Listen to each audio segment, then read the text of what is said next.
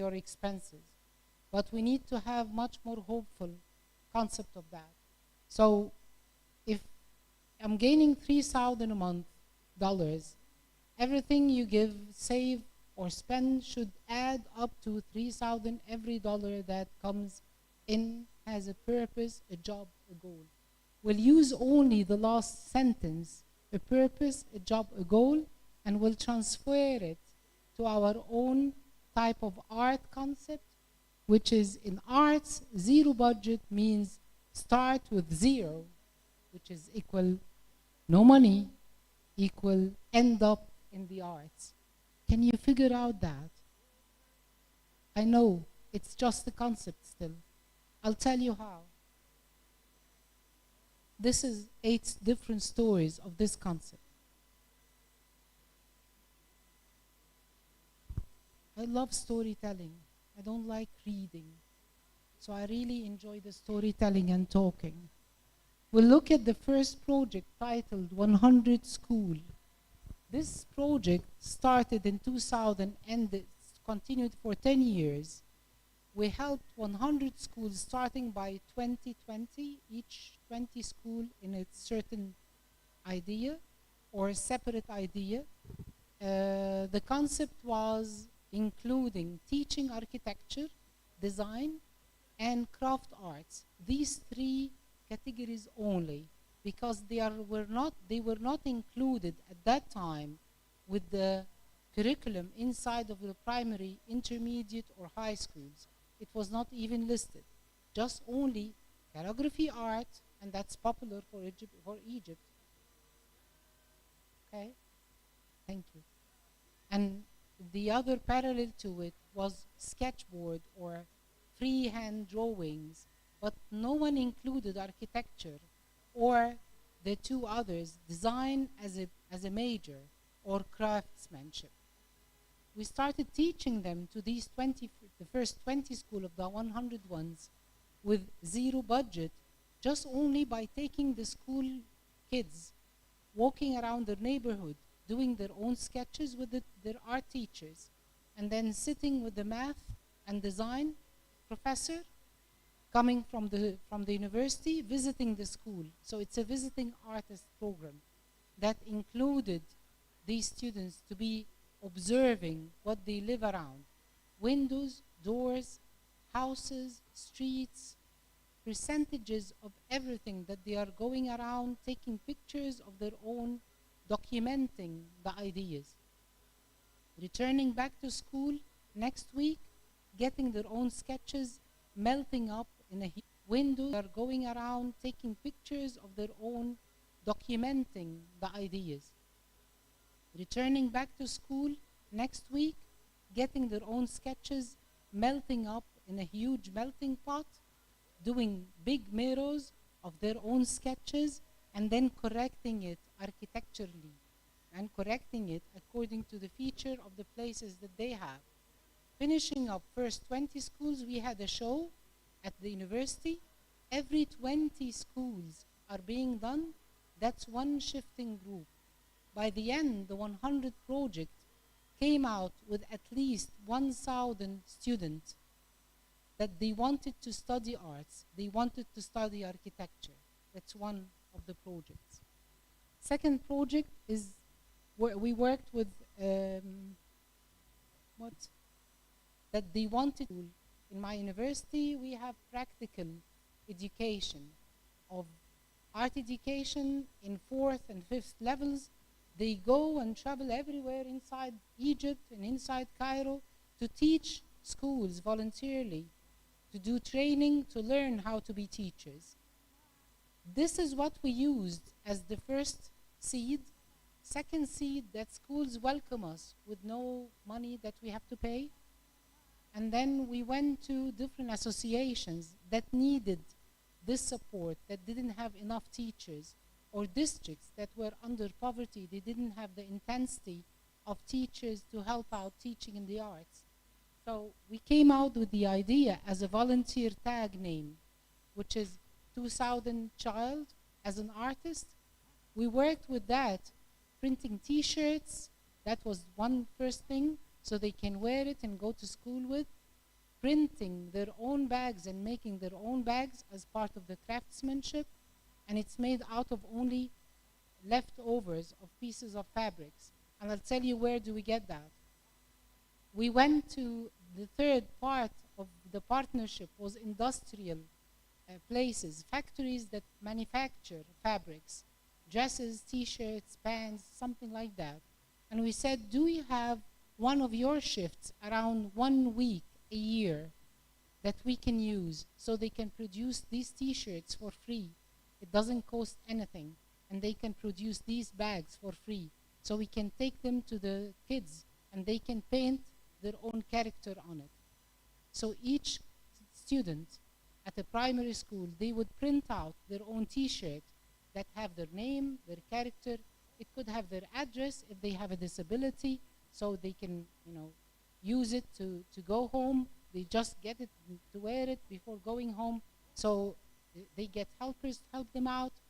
The bags have got logos of their schools. So we came out with the idea as a volunteer tag name, which is 2000 Child as an artist.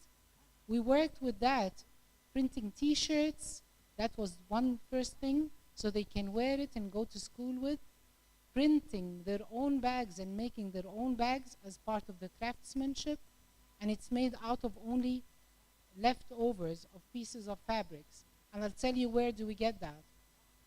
We went to the third part of the partnership was industrial places, factories that manufacture fabrics, dresses, t-shirts, pants, something like that. And we said, do you have one of your shifts around free? It doesn't cost anything, and they can produce these bags for free. T-shirt that have their name, their character. It could have their address if they have a disability, so they can, use it to go home. They just get it to wear it before going home. So they get helpers to help them out. The bags have got logos of their schools, address of the school, so they never lose the bag. Young kids, especially all of you know, 7 and 8 and 9 years old, they run around, they just want to play football, and they just leave their bags. How can you get very helpful? Just a very kind idea to do that. Number 3, I know that you're going to be looking at university at the farther. Ahmed, you would know that street door. It's across the train railway from the school, from education. Mostly they are women, need the support because they support their own kids, and most of the men, they do not live in Egypt. It's other way. South of Egypt is much more higher, like Uganda is much more higher. So Upper Cairo is south of Cairo, which is this district, Helwan, that have my university. These kids doesn't have that much of money. Their mothers are supporting, taking care of them all day long, even part of the education, to the extent that we had to create one class teaching. They didn't have a school at this small district. Now they have. Now they have buildings this year. They opened up new buildings that are very well supported by the government. But I'm talking about the project from 2007, 2011. That's like a different era. And that story came out in the news. We looked at it from the university and we said, it's just across the railroad. We need to do something. So we had volunteers from social sciences, social education, PE, teaching, music teaching, art education. And that gave us an amazing opportunity to help out the kids inside of these containers. They live, they survive, they do everything. And we created art theater there. Art district, from 3 containers to be built up on a U section. Very simply, it doesn't have that much to have. Curtains, left away fabrics from the factories, pieces of used clothes from the mothers' houses, and they started, creating things. For the theater dresses and characters, we made out of craft paper, that dark brown paper, the amazing strong paper. We made gowns and characters for the kids. They were dressed up as trees, they was dressed up as flowers, they were dressed up as books. We printed skirts for the girls, twirly skirts, only out of paper sheets. And it was just the image that they wanted to have.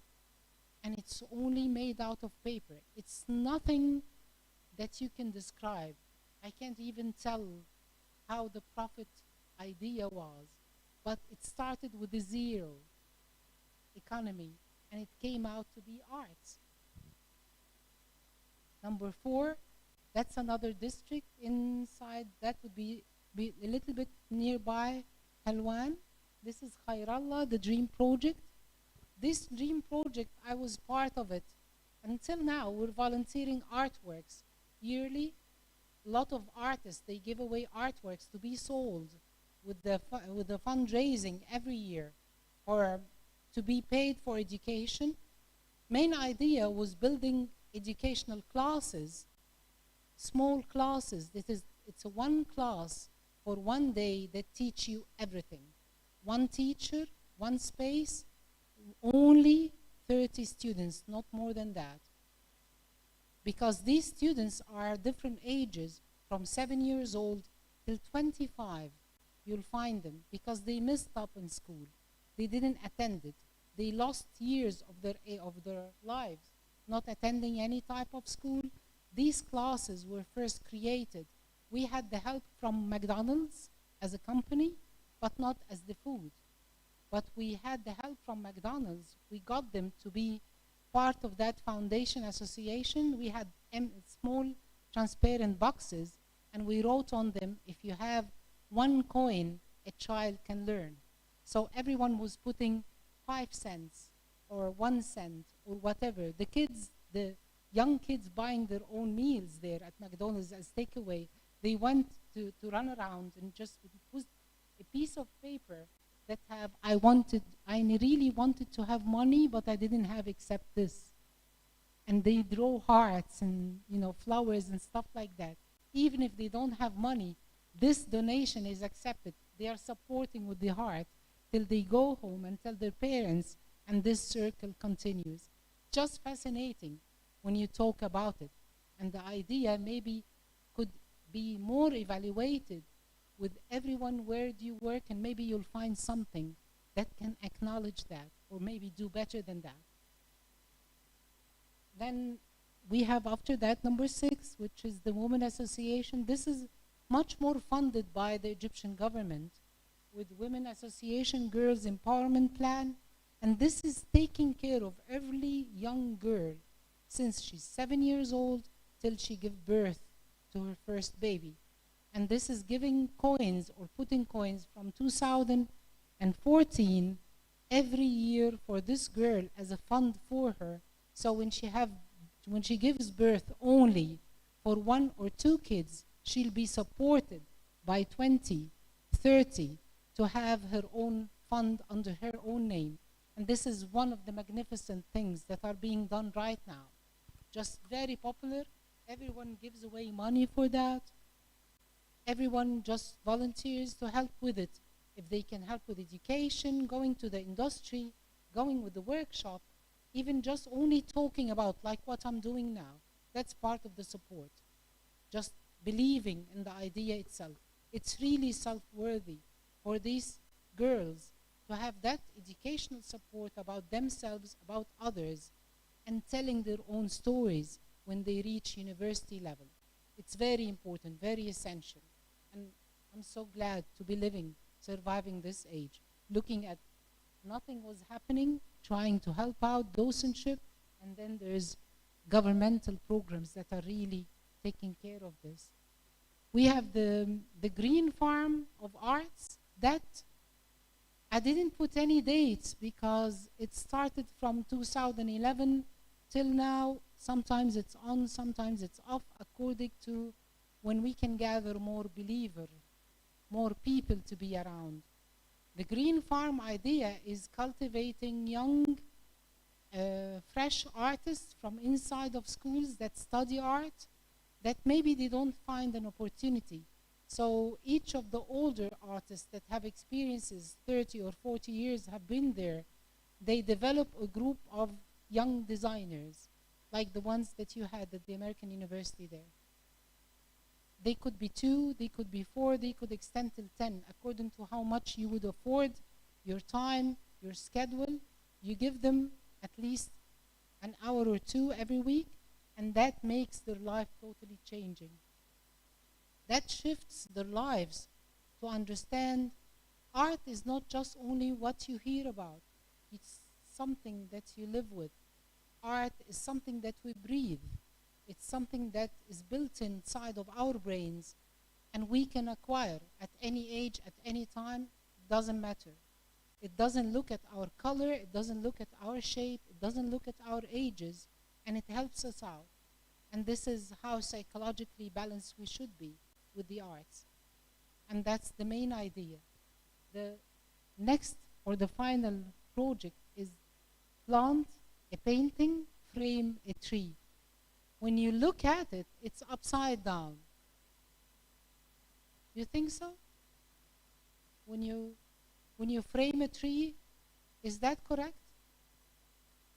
People told me when I said in Arabic, barwiz shagara, which is frame a tree, they said, okay, you're killing the tree, you're going to frame all around it. No, just play with imagination a little bit. We make frames out of wood, right? If I frame a tree, I'm changing it to wood. Before changing it to wood and really using the tree as it is, in its place, planting a seed inside the wooden frame till it grows up just a little bit. I think they are planting one now. This is what you hear. They believed in what I'm saying. Great.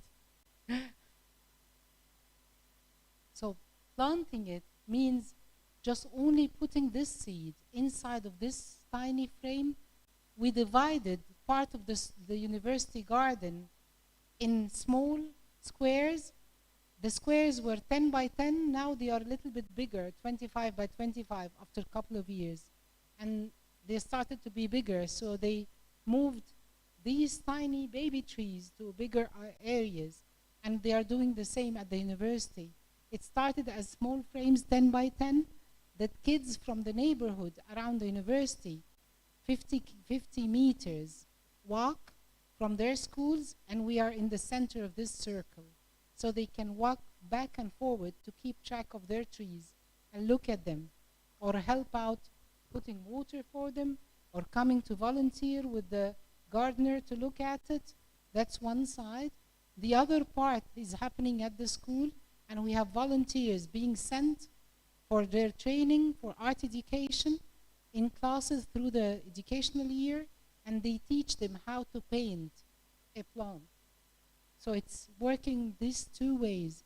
We're planting one new tree, we're painting another that could be gone in a couple of years. We have no idea how long it's going to live, and this is just the survival idea of it. I don't know if any of these have interested you, but when we speak about support of INSEA and much more volunteer work, and how I really feel about it as being part of this community. It's an international community for educating through the arts. It was built up from 1976. One of the 7 people that started it, he's an Egyptian, his name is Basyouni. He's one of our professors. He was teaching when Ahmed was in first level in his class. He was teaching when I was in first class. I've seen this guy, I've seen the way he believes in the arts. And I think he transferred the same type of volunteer and docent type of life to all of us. INSEA is much more built on your volunteer time. It doesn't take that much. It's a lot of work when you look at it. But it doesn't really take that much of you. Just a membership every 2 years. And you help out with the events, you attend the events, you get a discount when you need to publish a paper really nicely. And some of our papers are published for free because they have different magazines. This is what we think INSEA should look like. all around Africa, mixed colors. Everyone is there. No one is left. We remember everybody. Any mix, any taste, any music. I don't know. This is how I feel. We have Angela in my team, and we have Patrick from, Patrick is from Ghana. Yeah, am I pronouncing it right? Ghana. Angela, she's Irish originally, but now she's Saudi Arabian. She's married to a Saudi Arabian. She's been living there for 40 years. So now she calls herself, I'm Angela the Saudi Arabian. And I'm Sahar, the Egyptian. So it's that team that held it up. We are elected, we're not hired, we're not paid, but we really enjoy what we're doing. This is the three of us. Of course, I'm the funny one at the corner.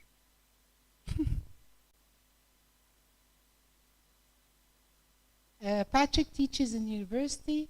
Angela, she's head of teacher community in Saudi Arabia. Fascinating high school teacher. She organizes curriculum and she designs her own work. She designs even activities for students, for they call them the non-skilled there, but I don't think the translation is correct. But they stand for students that didn't have enough time to learn everything. So they skipped stages and they get them all in a special class to help them out, to do a backup plan, teaching them everything through the arts, which is just fascinating. That's the program that she's starting this year.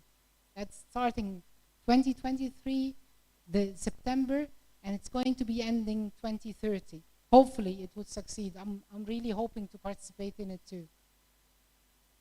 Patrick teaches at the university. He's a fascinating, elaborate character, a designer, ceramic maker, print maker. You can't really stop. He's doing all types of arts. This is the most important thing for the research idea.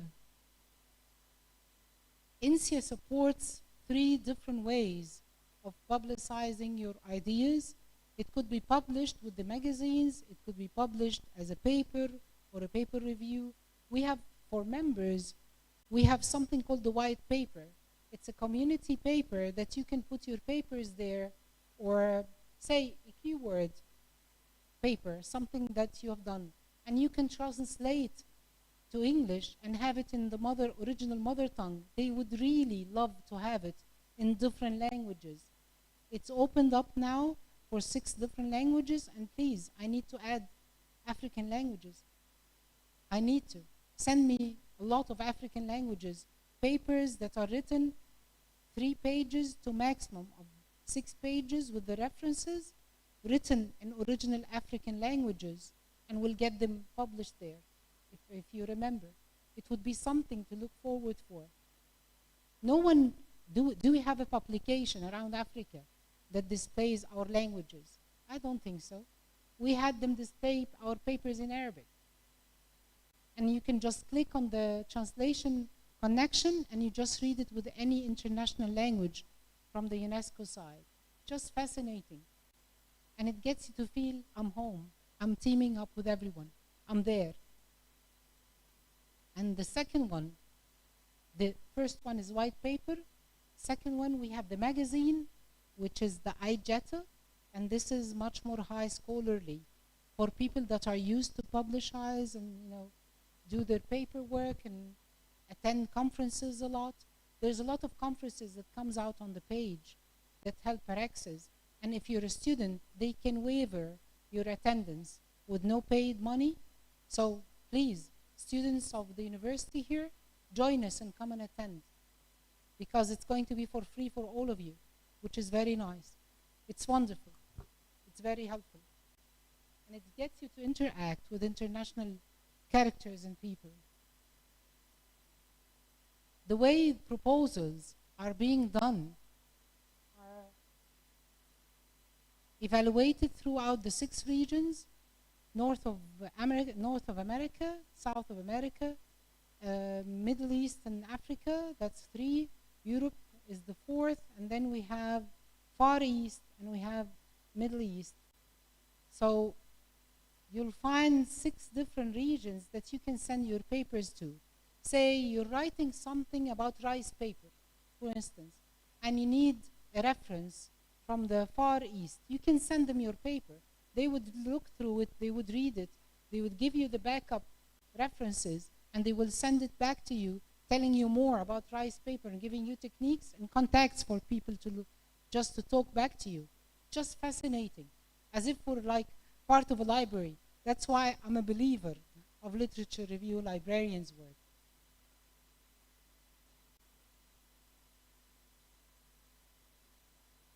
This is the team of the chair for the last year. Now it's changing from 23 to 25. I'm part of it this year. Last year I was not part of it, but we got 2 praxes in it. We had the best praxis in teaching, Egyptian lady that lives in Dubai, in UAE, that have done a marvelous technique and experience, an amazing transformation for her students, and they are multilingual. They speak French, German, English, Afrikaner, Indian, Chinese, and Japanese, and Arabic. Can you imagine that in one classroom? And she have done art and design with them. We're going to be having, I can invite everyone that I have their emails to the next webinar. I'm having her as the keynote speaker of our next webinar. We're doing online webinars, so we can get more people involved with the idea. If you're not a member, you can just attend. It's for free. It doesn't need you to pay anything to join us. So I'll be sending more invitations for everyone that I have their emails.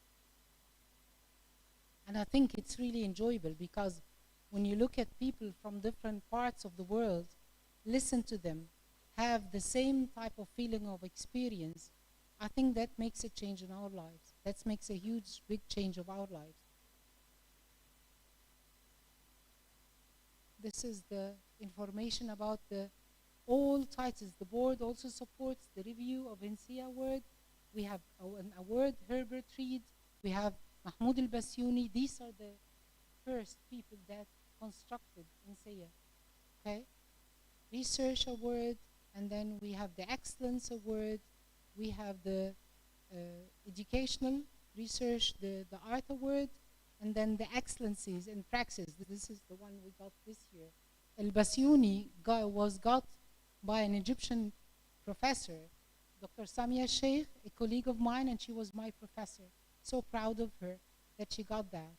You can just send your CV, send your information, send the projects that you're working on, a picture on half a page about every project, and you're welcome to be elected for that. Seriously. This is our manifesto. You've heard the presentation from the very beginning. Volunteer, volunteer, working with zero. Manifesto of INSEA confirms that. And it's coming out of a huge umbrella from the UNESCO. We are part of it. We are that tiny, small baby team that works in the arts and care about design and the arts, majorly. We care about theater, we care about filmmaking, we care about... So me, that's how I looked at it. These landscapes, when I was young, we used to paint landscapes of trees and all that. So if they are not there, what are we going to paint? In order for $10. And you can put papers there. In our local situation, in our local language. You can talk to everyone. Okay? I don't want to translate it to some consumables of, something which doesn't even add anything of value to you. So let's join. And it is that kind of engagement that can kind of make us into better people, and also as a community. When you hear of the community and networking, that's how it starts. And we've been told we can have, submission of our languages and articles, small things. Those are some of the things that can make us and catapult us. I remember I put a blog somewhere, and the next thing I found myself in New York with the World Educational panel, discussing on the African education. So something like that. So let's do that. The awards. Let us also be engaged in sharing so that maybe we can, at the end of the day, join us. Thank you. So I would now like to open the discussion, the comments to the floor. Thank you.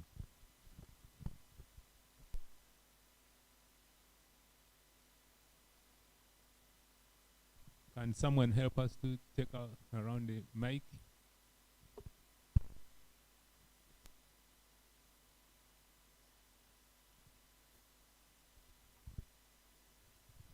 I think she would need one because at times she wants.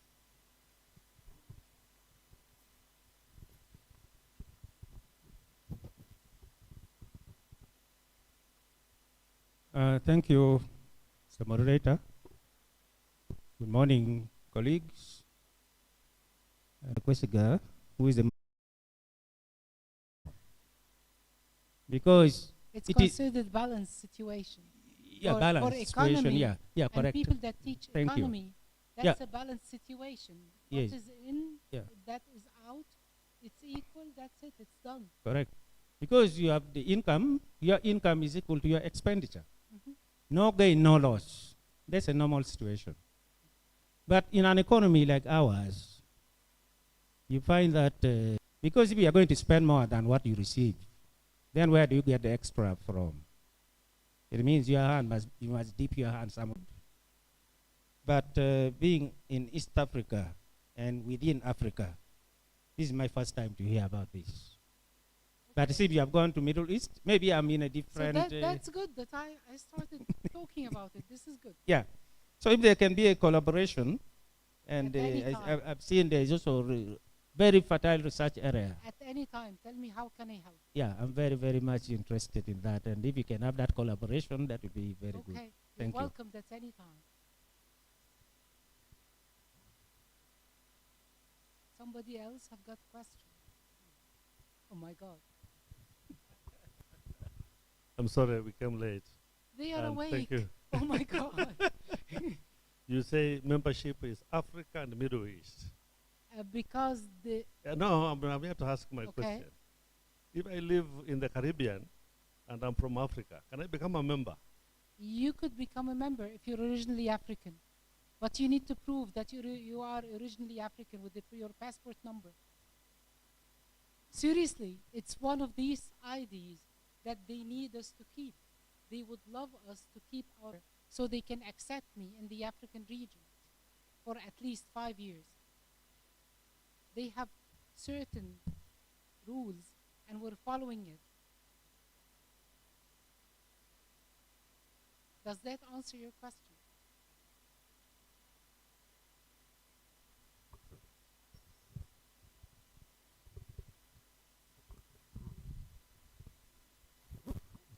Thank you very much, Professor Sarah, and you're welcome, dear. Members for your contributions. My name is Harriet. I'm a social... Yeah, we've met first day. Yes. I remember you. Thank you. I'm a pure social scientist, but I do interdisciplinary studies. And I was asking, is this opportunity for those in arts and design, or even other disciplines can also participate? All types of major of social sciences can participate in these. Okay, thank you. They are all accepted if you're interested to read about the arts and try to bear our way of wording. That's all. Okay, thank you.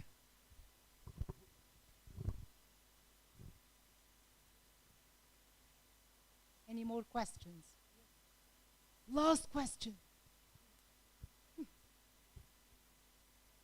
She's sitting so far. We won't give her a question now.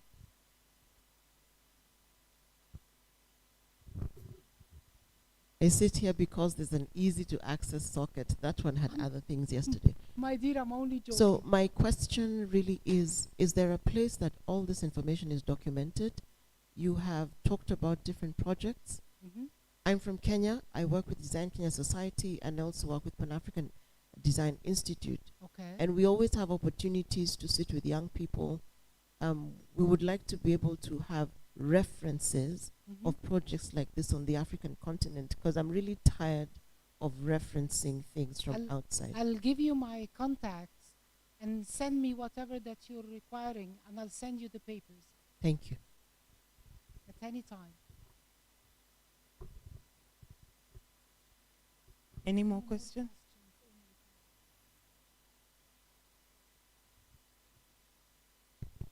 Thank you. Can you join me to applaud our keynote speaker, Professor Sahel? You can take your seat. Yes, I can hear some noise outside, but it is not ready. Otherwise, we would have been set off to have our tea.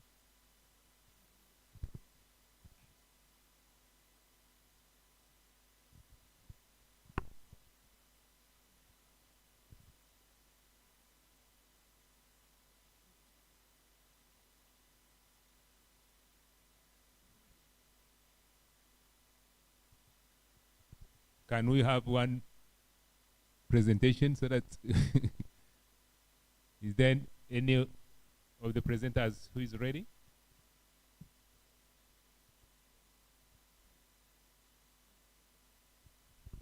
So we are going to have Dr. Kechimuri as our next presenter. Dr. Kechimuri works with us here at the Kyambogo University, and she will share with us some of the extras she has done. But one thing I know about her interest in research is about night running.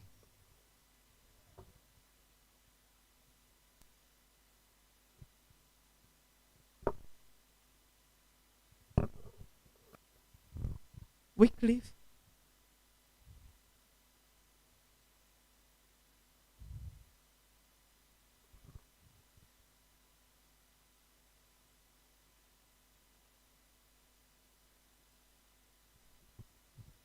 Someone from IT, you need to have a presentation.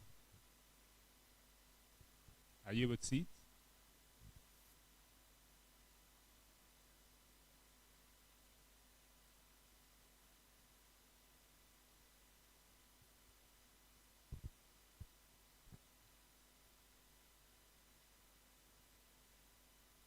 IT.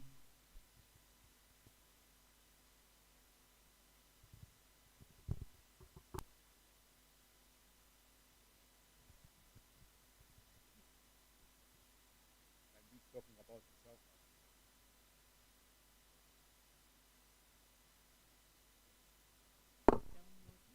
Anyway,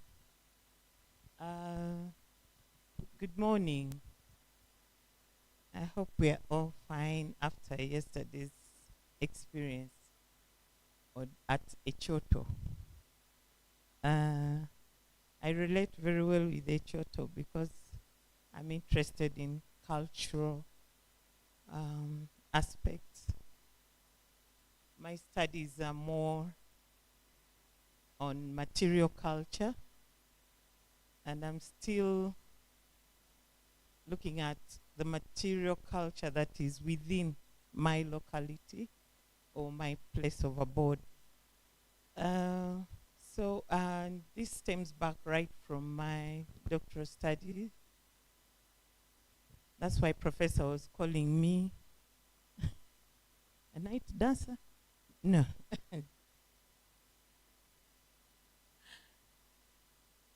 My doctoral studies were on, I studied material culture of traditional practices, and I specifically looked at the no-go zone area. I was studying traditional healers, herbalists, etc., whose beliefs go beyond what we see into transit, into spiritual, and understanding them and the art forms that they are using.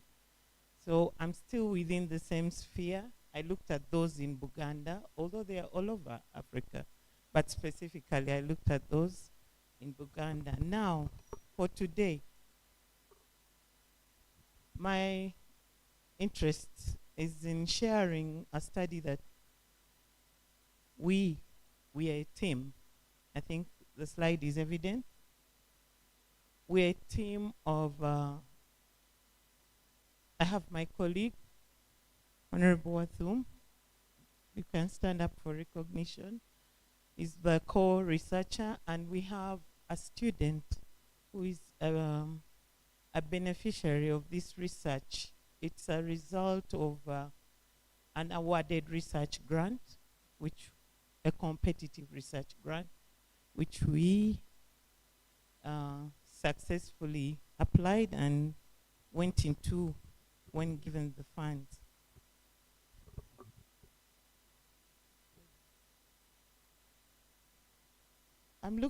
We looked at royal regalia. We have been observing coronation ceremonies going on, and we look at these kings being invested with art forms.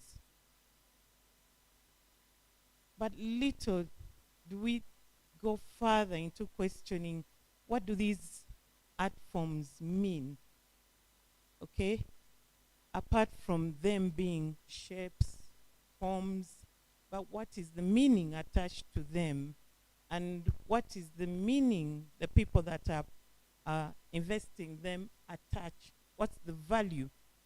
So this research is looking at the regalia, royal regalia used in the coronation of the King of Buganda. They are several, but we did not go into all.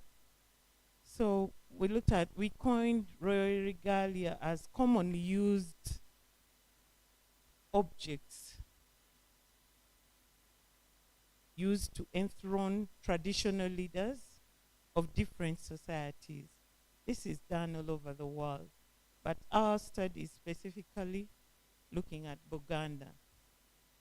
I believe it's a unique but elaborate traditional practice that addresses present-day concerns of community through its new leadership. And here we are talking about royal traditional. We are not talking about the political arm of government. I'm within the royal. There are varieties of traditional art forms, but specifically we coined our art forms as those objects that are given, those objects to the king that are put on the king, those objects that the king uses during that coronation ceremony. So we'll look at the drums, his crown, the spears, the shields, the cows, and several other as we proceed.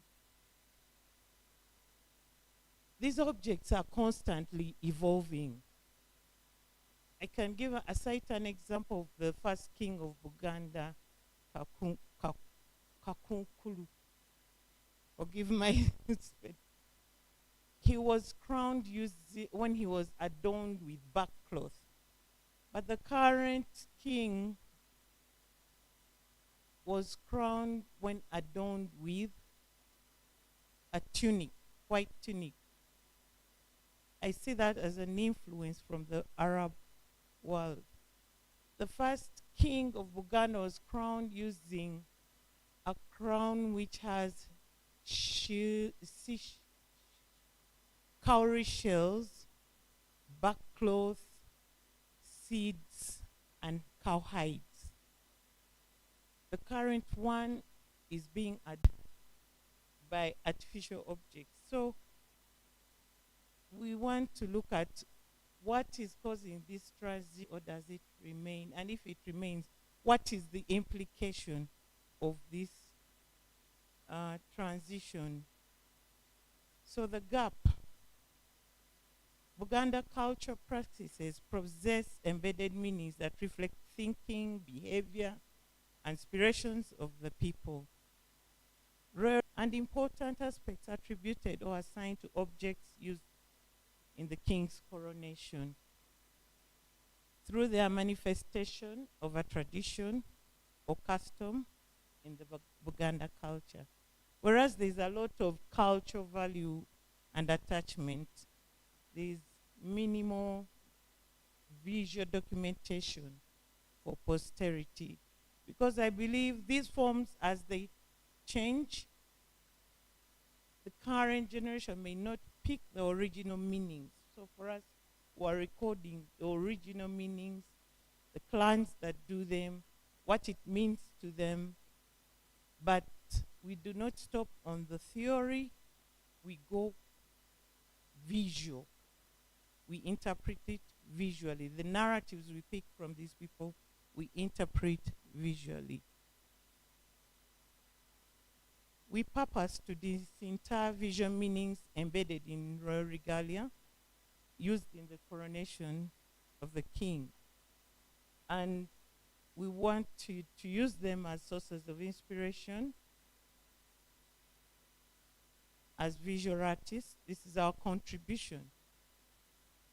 Let what children are here in Galia and create vision narratives. And this has been done, and that's what I will share when we come to the images. Why do we think this is important? There is need for the Z, somebody called this Z generation or the .com, to know their roots, where you're going. Scholars evaluate how modernity has influenced the perceptions towards this royal regalia and create vision narratives. And this has been done, and that's what I will share when we come to the images. Why do we think this is important?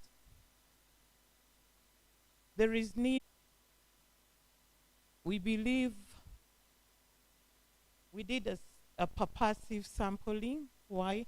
Because these art forms are kept in Nagalabi in a particular hut, so they're intentionally placed and kept there. It's only when a particular culture that produces it, brings it to, gives it to the people who take care of it. There's a specific gentleman called Semanove. Semanove is a title, that's not his actual name, who takes charge of these artworks, and they are placed in Nagalabi on Budo Hill. I was privileged to go there. We also used artifact analysis to guide the production process, studio production process. Through looking at these artifacts, and we weaved the narratives given to us into our creative minds and produced paintings, which we're going to share. Informed consent was sought right from the kingdom and to the caretakers. The Baganda are very sensitive with their cultural art forms. At one time, we were denied access, and they used the pretext the leopard gave birth and is looking after its cubs there. So that day we bounced and went back. Went back the second day, the leopard is still there. And but our persistence made us get what we wanted. We kept going back and forth, but eventually we got access. So we are cognizant of the cultural sensitivity. Preservation of cultural heritage. I'm an advocate. That's why I could go in a no-zone area of sorcerers and witch doctors during my doctorate. I want to know those art forms they use. Okay? So I'm also an advocate. These things they are putting on the king, what do they mean? Okay? and how do they attach value to the meaning. So we are now at the exact, I'll not go through all, but give me a chance to just flip through so that you see, then I'll use only one to give an elaboration of what we did. Take time to view these, please. Take note of the titles. The first one is Guzo. And the second one, Ebifundikwa. I'll translate later. Namlondo ya semanobe. Engu. Omukutu. Echanzi n'olwendo. Magato. That we studied there is the drum that the king strikes when he's crowned prince. He's the one who strikes the first gong on that drum to indicate that we can now jubilate. I am the king. It is symbolic of Omwana Wingoma, the son of the drums. It's only the king who can sound that drum and say, I am the crown king. He is different from the other prince in the kingdom. It is done or crafted by the Mushroom clan and Impologoma clan. Not everybody creates those art forms. There are particular clans that are given the handles that hit are done by the Mushroom and the Impologoma. The Mushroom is very symbolic of Tiko. If you the music sung at the coronation, Amagunju. Amagunju agazine Obutiko. That song is symbolic of that aspect during the installation. It depicts putting the Kabaka in the center, depicts his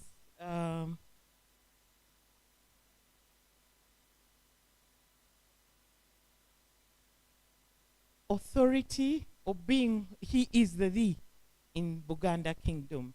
And they have that trust in him. That's why they can craft for him. And then he's telling them, you can now jubilate. That's how that evolves. That's the title. It is 180 centimeters by 140 centimeters. By the way, these artworks are now currently exhibited at the National Gallery, Uganda National Culture Center, Nomo Gallery at Nakasero. We can access this work. Then when we go to Ebifundikwa is coined from the back cloth, the knots that are tied on a back cloth, then invested on the king. Ebifundikwa is plural. One is Echifundikwa. But he is given meaning and is given by a use the back cloth, and the first one is done by the Omutaka Kasuja. It is looped on the right hand side of the shoulder and left to flow. The blade is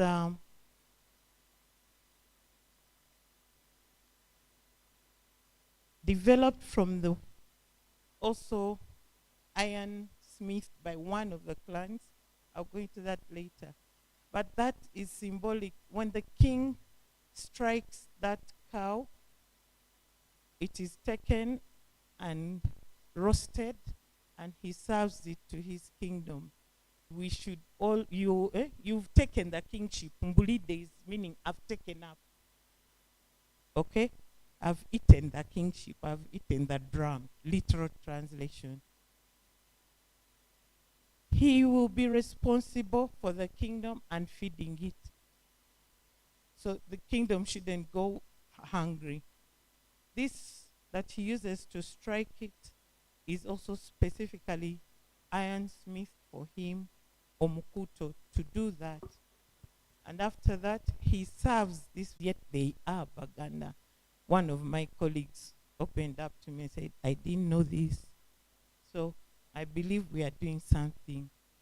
So there are several art forms, and we did not exhaust all. It's an on distortions.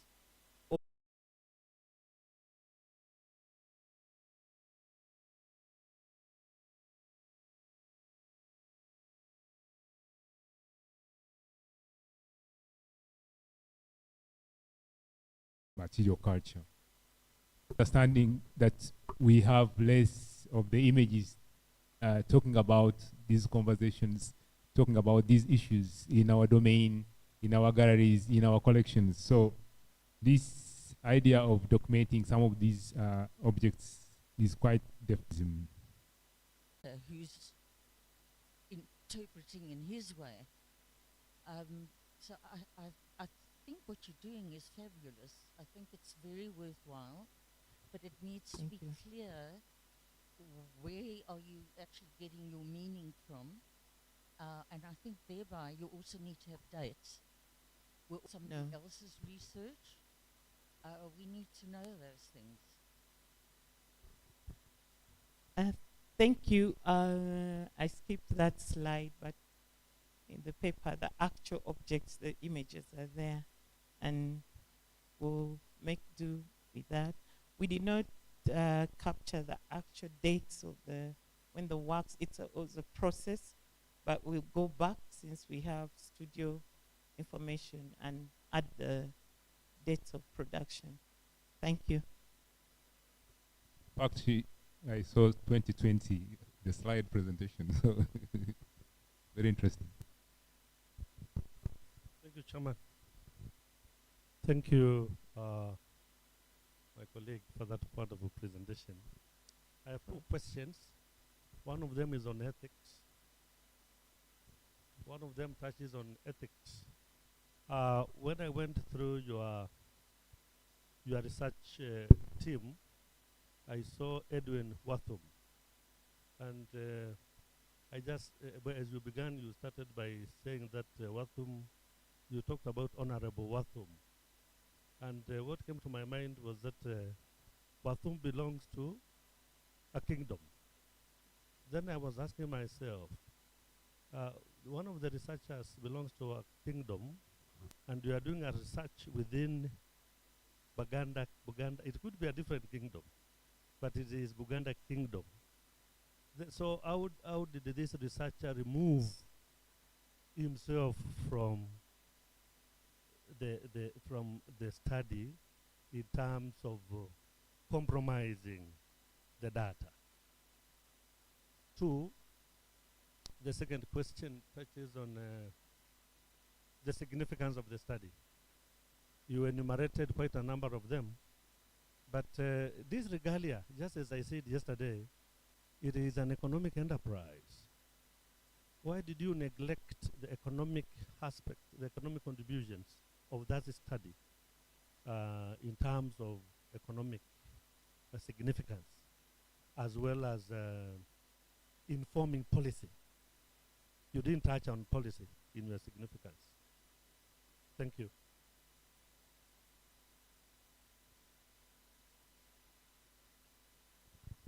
Thank you. Mention it under the ethics section. It's not mentioned. Thank you. Enterprise, I do not see them touching to these things. It's special. They do not produce for everyone, and they produce only one artifact at coronation. and it's produced by a particular clan, and that's why it is stored.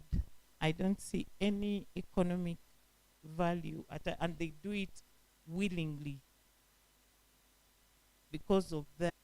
And the other group of 4 went to the field, and we will mention it under the ethics section.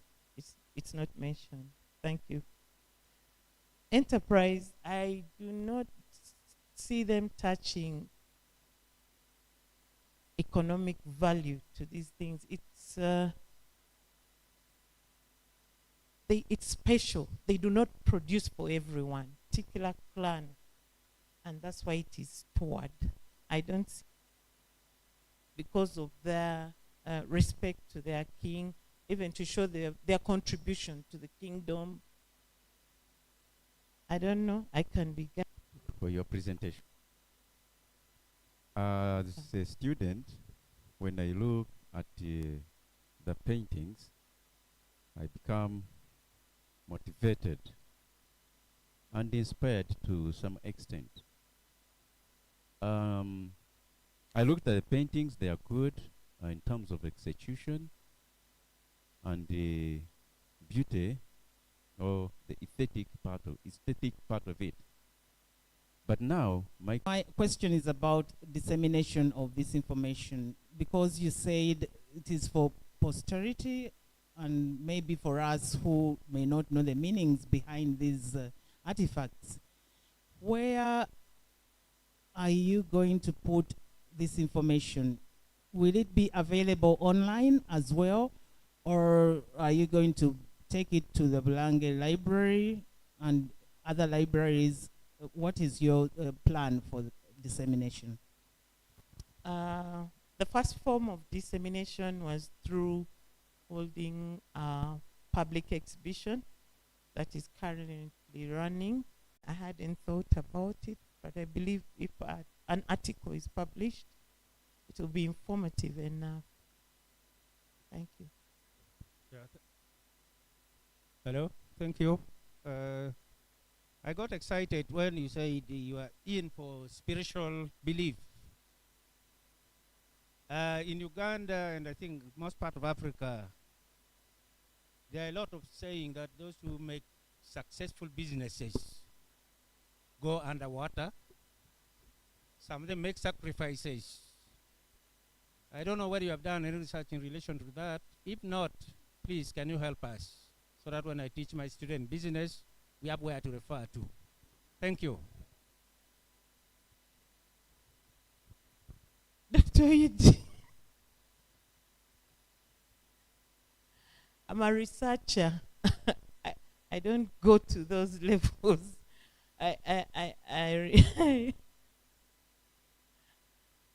I'll interact with you after that.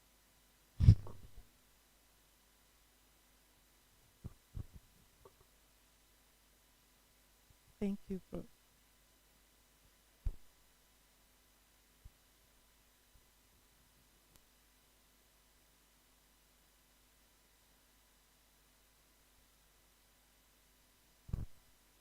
Okay, the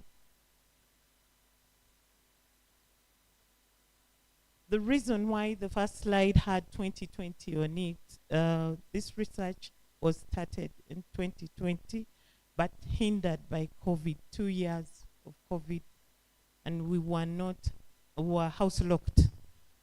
It's a global issue. That's why now, after we now resumed on the study after the lockdown was lifted, and carried on with the research this year, early this year.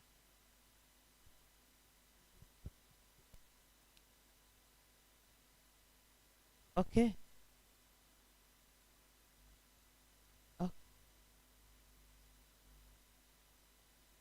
No.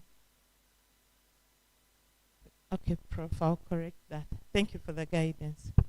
Yeah, I'm afraid we have to end there. Let's thank Dr. Kechumuli for the one. If you have any spirituality issues, that should be available for for consultation. If you look at me, I'm one of the royals from Western Uganda, and this is Echifundi Kwa. So I always try to be proactive with what I put on. And thank you for this morning. Our health break is ready.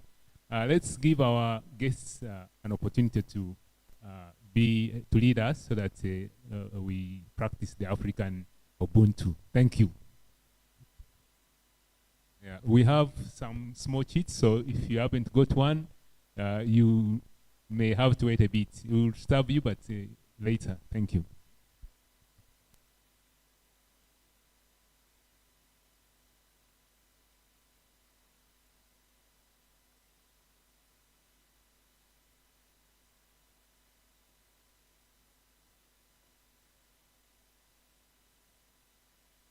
After the health break, we shall break up into our sessions, and we can get someone from the other group to join us here so that we are able to balance.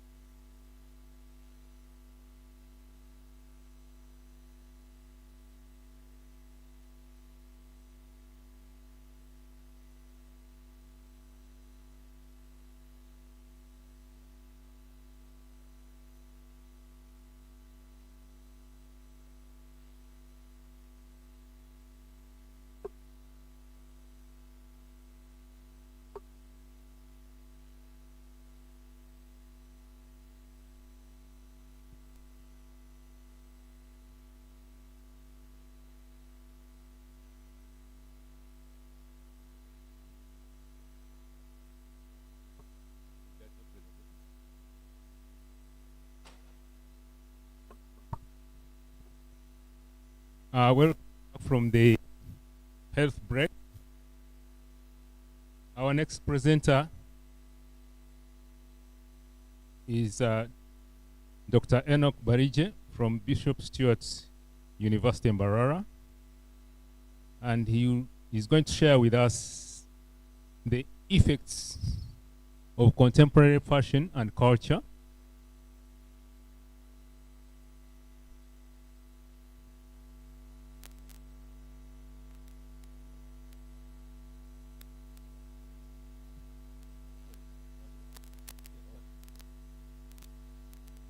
Yeah, he's going to share with us an exploration of the effects of contemporary fashion on culture and identity among the Banyankole of Western Uganda. And since I don't have your bio here, you'll also have to share with us before you start. Thank you very much.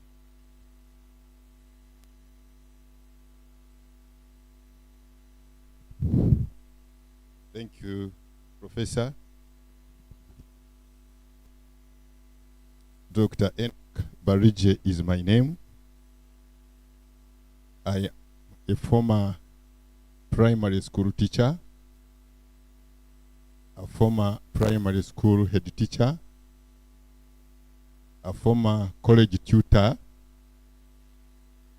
of department educational foundations, distance and long life learning at Bishop Stuart University, and currently Dean, Faculty of Education, Arts and Media Studies, Bishop Stuart University. I've learned that you are either a designer or a friend to a designer.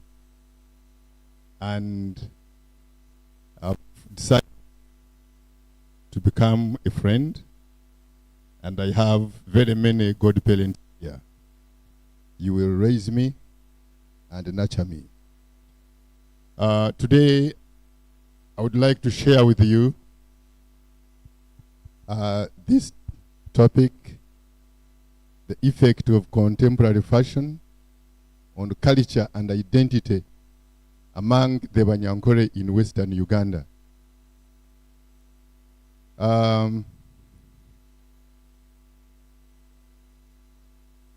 I can say fashion is a dynamic cultural force which has the capacity to shape, redefine, and reinforce individual collective identities in any society across the globe.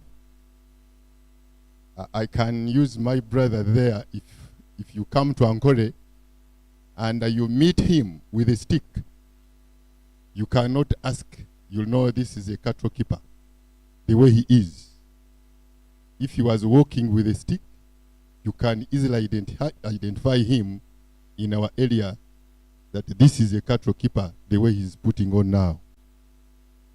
Cultural influence connected to color, design, and fashion has the ability to affect the perception of a brand and the how one identifies with the environment. For one to adjust to environment, you have to live by it. Like you see a chameleon, when it gets to a green, it turns green. When it gets to a certain color, it turns. Likewise, fashion in Ankole identifies with what one is. Fashion design is the art of applying design to natural beauty, especially to clothing. I am not deep into this, but as an interested scholar, when I was looking at this, I found that fashion is majorly, it can be attached to other aspects, yes, like design and others, but I found it majorly attached to clothing. And clothing represents the most significant area through which fashion actually appears. If you talk of fashion, quickly you'll go to clothing. Other aspects, maybe you can talk about design, but also in Ankole, you can have a fashion of a house, like the cattle keepers. There is a way how they put up the places where they sleep. It is argued that design shapes the culture and lifestyle of modern society. Thus, studying how and what people dress in different settings helps one to learn about the diverse cultures and helps in unearthing uniqueness in different identities. Like if you were here and you see one putting on, maybe the other kept on, you know, this one belongs to this area. What is the problem? It is expected that Banyankore culture should come out in all its aspects, mainly clothing styles, customs, and rituals. But given the fact that contemporary fashion is the medium of communication between the designer and the user, and the cultural differences strongly influence the understanding of fashion, emotion, I'm using that word emotion because it is a strong attachment. If you are putting on, like he's doing, he's attached to it and he has passion for it. Banyankole culture is at the verge of being assimilated. My professor has gone to the other area. I liked the way he's talked about cultural assimilation, since it's hard to tell which fashion follows the real Banyankole culture. For example, today, if you are at a party, you might not tell who's doing what. And now you ask, are we really still Banyankole? This study examined how contemporary fashion designs intersect with the traditional Banyankole culture, exploring the extent to which innovative fashion choices either reinforce time-honored traditions or introduce new cultural dimensions, and where this presses the Banyankole identity. If we change, or we adopt, or we reinforce, where are we as the Banyankole? These are the objectives to explain how new designs influence fashion and interact with the traditional Banyankole culture, including clothing styles, customs, and rituals, to explore the role of fashion in shaping the Banyankole identity, and to analyze the influence of globalization, including the spread of global fashion trends on traditional Banyankole clothing and identity. Majorly, this was a qualitative study from in-depth interviews, participant observation, and content analysis of fashion media, helped the researcher to shed light on the contemporary dynamics at play within the intersection of fashion, culture, and identity. The findings. What did I establish? It was established that the interaction between new fashion designs and the traditional Banyankole culture in Uganda is a complex and dynamic process that reflects both cultural continuity and change. Like he's here in urban setting, but he feels he wants to dress the way he is because he has an attachment to it. The Banyankole are also known, when you get there, you'll find you are either a Mwiru or a Mhima. And I've seen my brothers here. Among the numerous ethnic groups in Uganda with a rich cultural heritage, Banyankole traditional clothing, customs, and rituals have deep historical significance in these elements and are often influenced by contemporary fashion trends in various ways. In an interview with one of the youth in Uganda, this youth intimated that Uganda, and particularly Ankole, is part of the global community. We cannot accept to live in isolation, detached from the rest of the world, although we cherish our culture, but we are part of the global village. What happens to America has to have a bearing with what is here in Ankole. This is why the youth are moving with the global trends, especially on how we dress, speak, and so they are saying, although we cherish our culture, if we keep stuck to it, then we might be left behind. That is why if something comes up as a fashion, that is why we have to change. Banyankore clothing has historically been made from hides and woven materials, like we see. When you get to the traditional Ankore, you'll find we are getting clothes from the back cloth, from the hides. Actually, I saw there are some at my place. My grandparents used to put on them, and they are kept there. However, modern fashion has introduced wide variety of fabrics, including colorful textiles and imported materials such as cotton and silk. These materials have gradually found their way into Banyankore attire, complementing or even replacing traditional materials. So when you get there, you might not tell if we used to put on this, is it still the original way?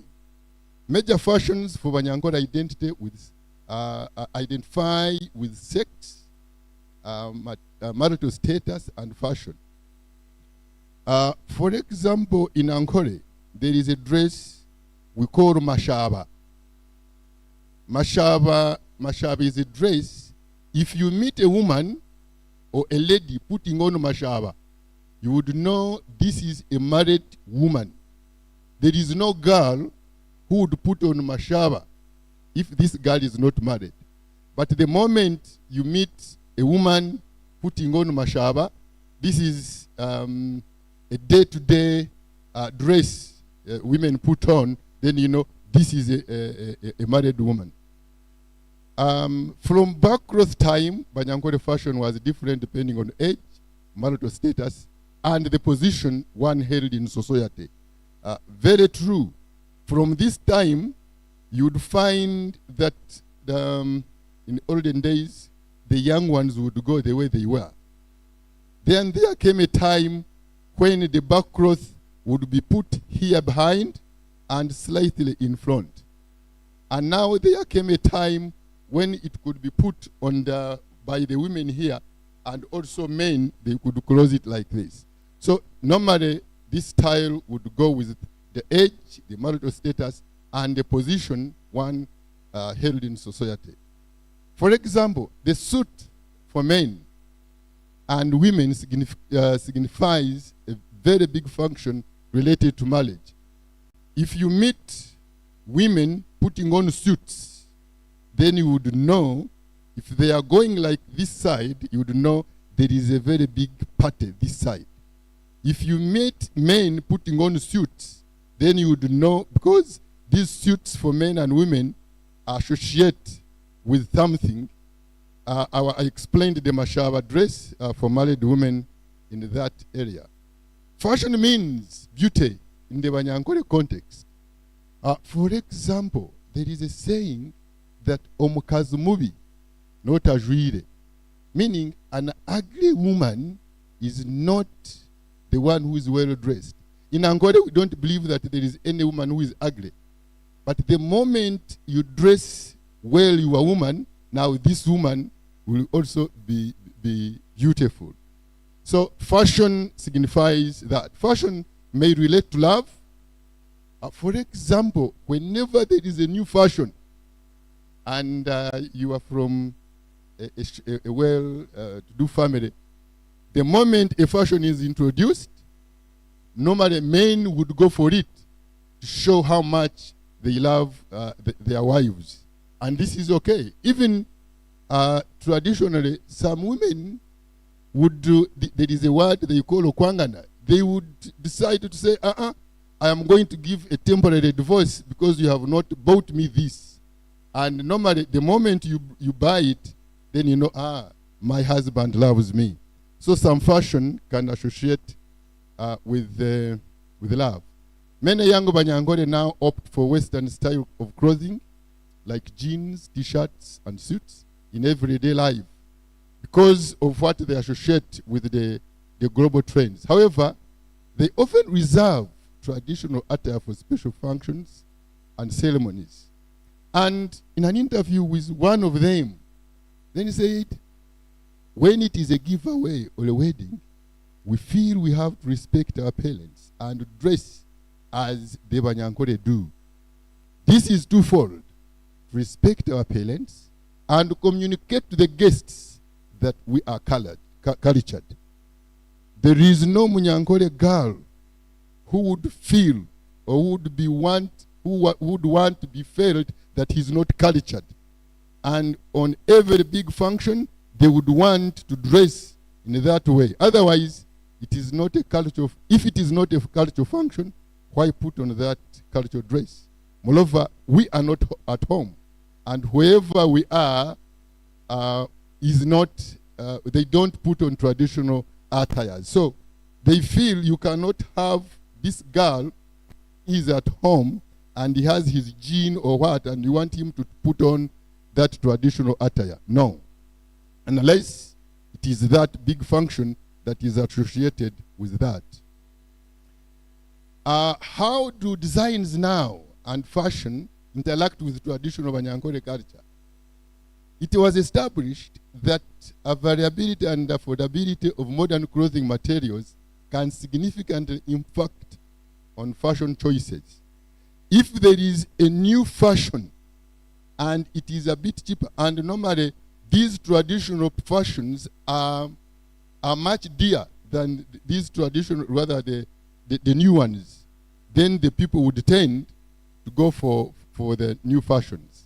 As the Banyankore become more connected to urban areas and markets, they have greater access to wider range of clothing options, leading to shifts in fashion preferences.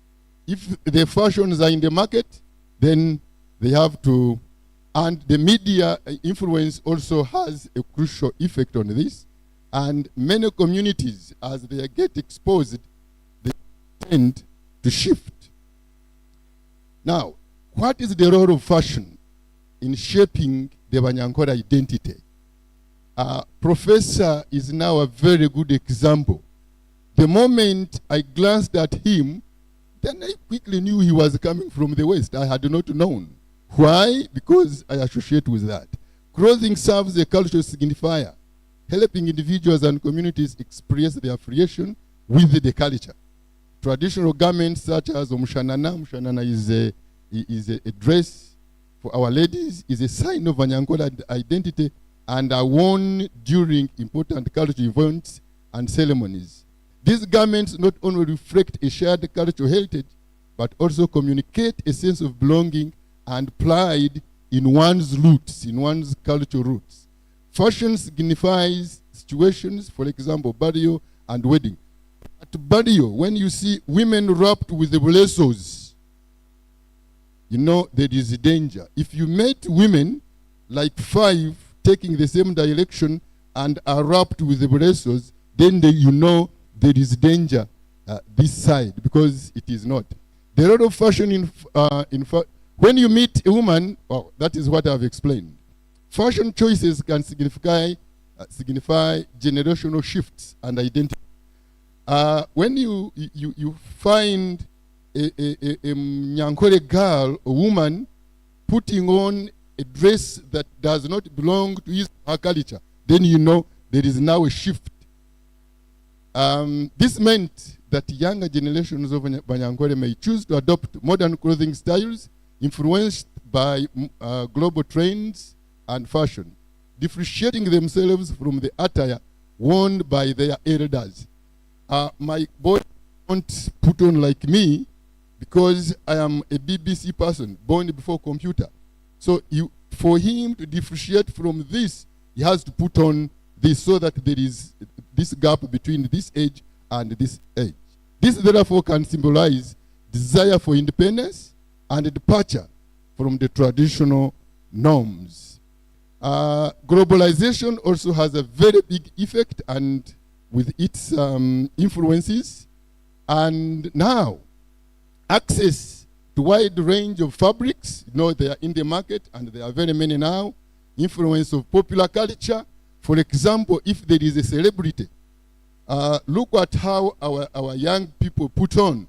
If a celebrity comes up, puts on like this, the next month you'll find all the boys and girls putting on like that person. Modernity, modernization of traditional attire, and actually if you look at the modern now, you'll find some backcloth being modernized and being put on by our young people today. Fashion, retail, and market trends, you know, there are very many now, and economic factors, ability to purchase expensive traditional attire compared to cheap modern attire. The traditional attires are very expensive as compared to the cheap ones if you go to the market. And also cultural exchange. No culture is static. There is no culture that you'll find. For example, if we were to stay here for another 2 weeks, you'll find I would not be the Barije who came from Western Uganda. I will have assimilated something from Professor Desh and Professor Sal, and she will also have taken part of me, and now I cannot be myself, and she cannot be herself, or he cannot be himself. And then there is identity now, negotiation. People can be convinced to change allegiance to one's culture, and you are convinced that this is this. The conclusion is, the interaction between new fashion designs and traditional Banyankore is multi-faced. While modern fashions has introduced new elements in Banyankore clothing styles, custom traditional attires continue to hold cultural significance. At every kuhinjira, you'll find those in that they will put on those that the clothes that are associated with that very function. The balance between tradition and modernity varies from person to person, reflecting the diverse ways in which individuals negotiate their cultural identities in the evolving world.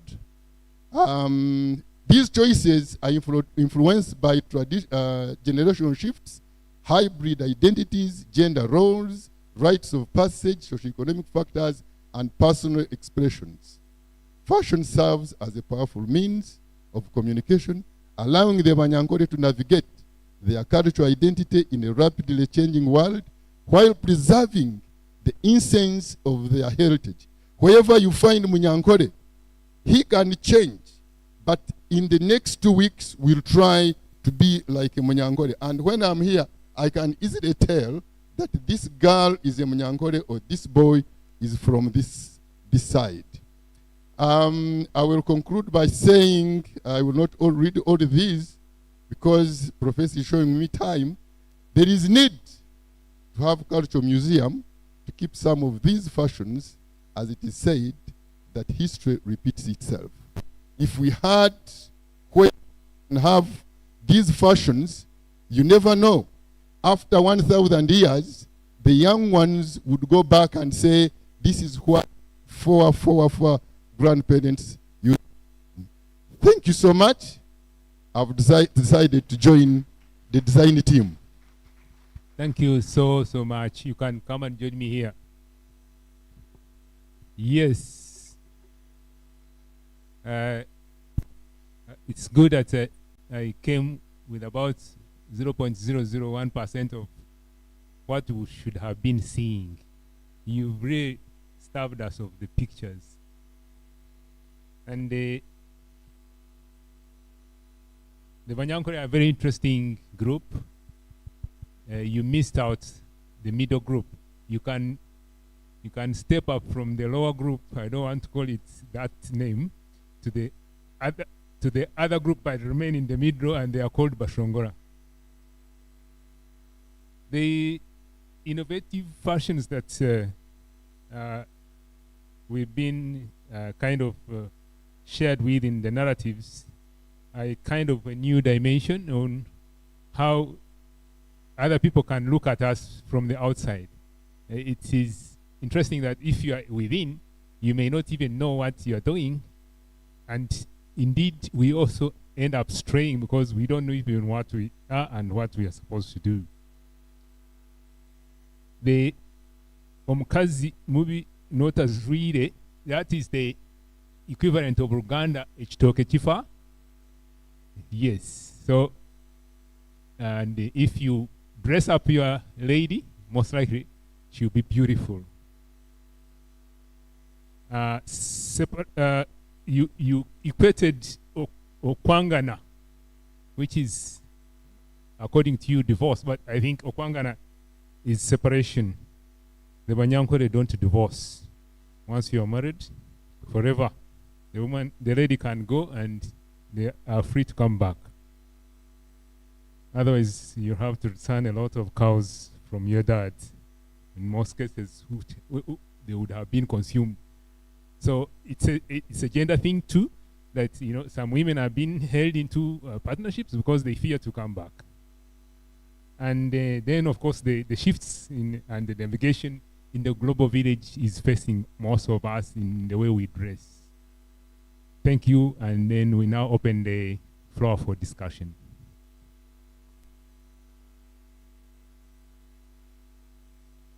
Our next presentation is going to be online, so I request the IT to get ready.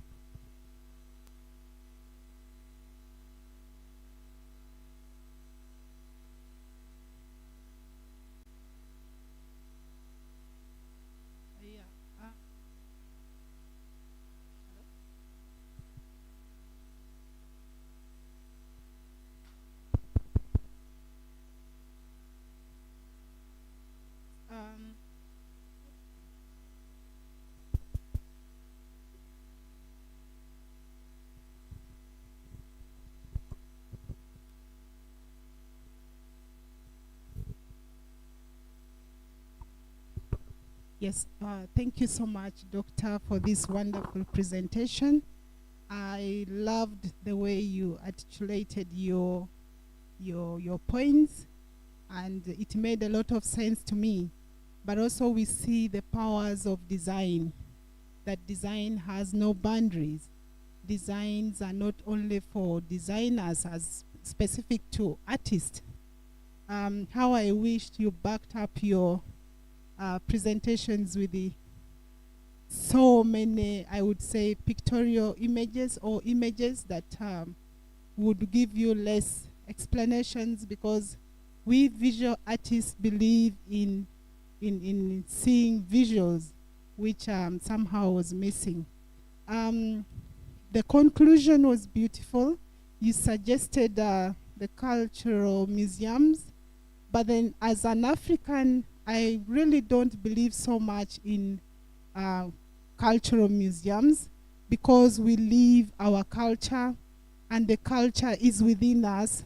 We don't need to confine our cultures in a place or a stored place we would love to call a museum.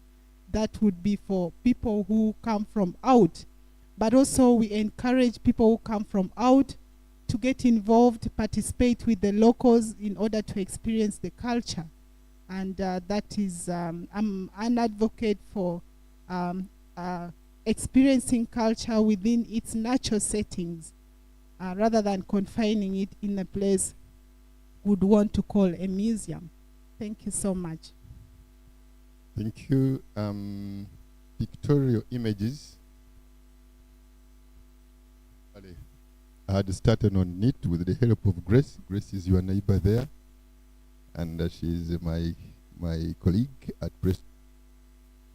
But she had not decided on what to put here and what to leave. But I will reinforce it, those images as you have suggested. The museum, we might not call it a museum, but in Ankole, if you come to my home, my father is aged 86, but you will find there the backcloth, the tools his parents used. You'll find there those small calabashes that they used to praise their gods. Not calling it a museum, but I can say we preserve them. If we did not preserve those, then I wouldn't be knowing about them. Thank you. Thank you, Thank you, Doctor, for a very beautiful presentation on fashion and how it has influenced the Banyankole culture wear. Personally, my concern a little is not really on the presentation. It's just at the level we use the generic word called material in the context of fashion. It's always been a problem that we relate material so much to the fabric. And so it's generally a generic word, and we have to use it in the right context. Thank you very much. Noted.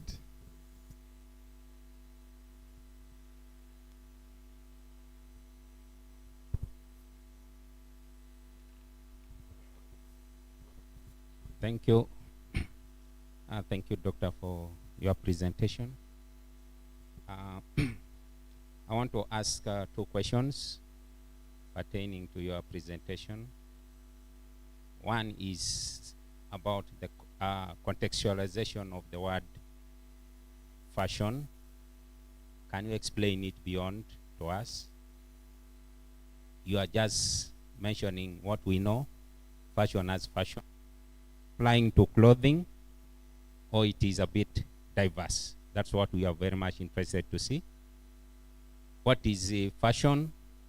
What is fashion design? And these two differences, can you please? And Al, you see, this word comes from Nkole. Nkole takes Al, but you see, with the mispronunciation of people who come, may change it. But the right word is Ankole with Al.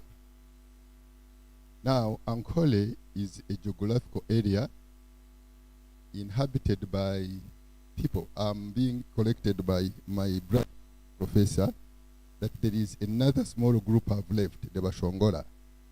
But now, the Bashongola are part of the Bahima. You know, it's a matter of if they are living here and they live, but the Bashongola, if you look at them, the way they do their things is actually similar to the Bahima. Actually, Ankole is occupied by the Bantu, and the Viru are cultivators. The Bahima are cattle keepers. That is what separates us. And if who is putting on can tell us now the shift between him and me. Our cultures seem the same, the way we dress, but we are separated by the activities we do. For example, not put, if he was to spray his animal, he has to put like this. If he gets disturbed, then he will put off, and he's able to wrestle with his animals so that he can do the right thing. But because for me, I'm a cultivator, I will not mind. If you go deep into now the functions, why do Bahima put on like this? It is easy for him if he's wrestling with the animal to spread or to cut the horns or to reward. It is easy for him to throw up to this, and now he wrestles with it. That is it. Me kind of chip in. The Ankole with L came up as a colonial context. Otherwise, the original and what he's using, the R, is what is known, and the Nkore, it was Nkore, not Nkole. But also, I think I mentioned it yesterday that we don't have L in our alphabet. It's not there. Thank you. Yes. Yes. They are there. They are there. Thank you so much. Join me to thank Dr. Barije. Our next presentation is online, and it's by Ania Muzala James. Rwampiji. Very complex undertone in that name. Dr. Rwampiji, can you hear me?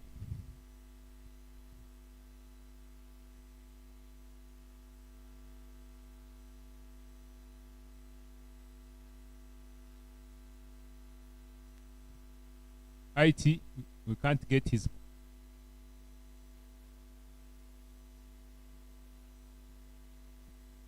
Yeah, Dr.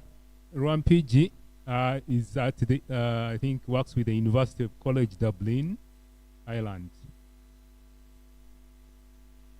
He'll give us more insight of what he does there.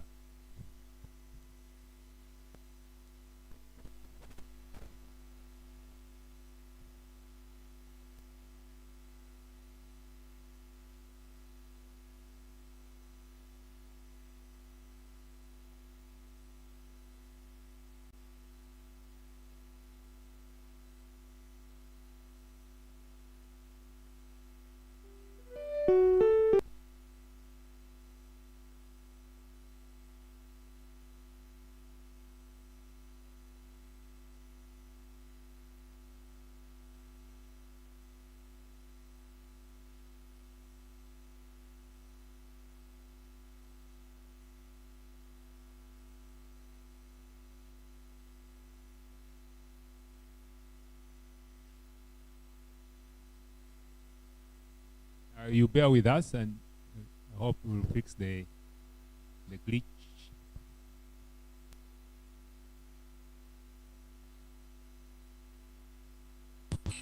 Can you hear me clearly?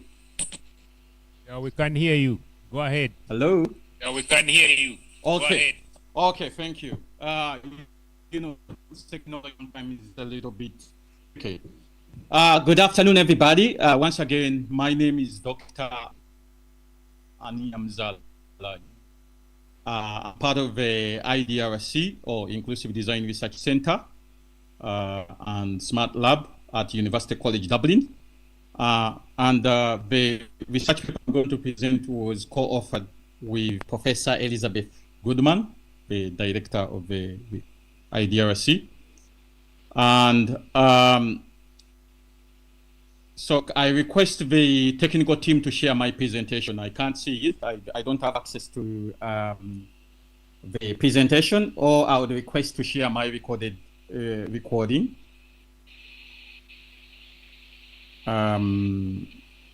Because here I don't have access to the presentation and to share presentation. So I would request that the ICT team shares the recorded presentation. Is that fine? Or they give me access to the sharing? Hello? Are you able to? Yeah. We are ready. We are ready. I think we are ready. Share your screen. Yeah. Yes. Okay. I can't see the screen. I see myself, but and that's the problem, is that the IT team didn't give me access to share the presentation. What I would request is to share the recorded presentation, and then I will come in to get the answers and the questions. Thank you. Is that fine? Or I got it all? Okay. IT, can you share the screen so that I can also do is the screen so that I understand you have access to sharing. They will have to. I understand you have access to sharing. I don't have access to the share screen, and it has been a discussion for the last 20 minutes with them. But what I would recommend, let them share my recording, and then I'll come to answer the question answers. Thank you.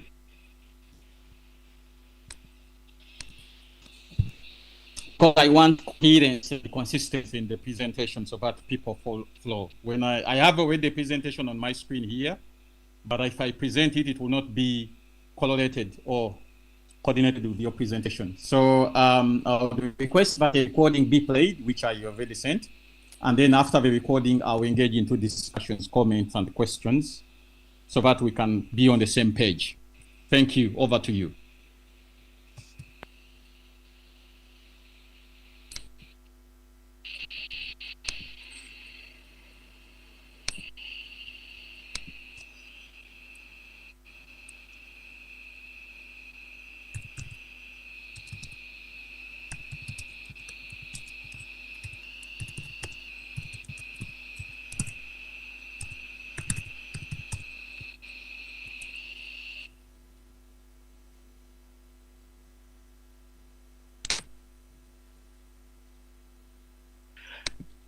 Good morning to you all. My name is Dr. Aniyamzala James Luampigi.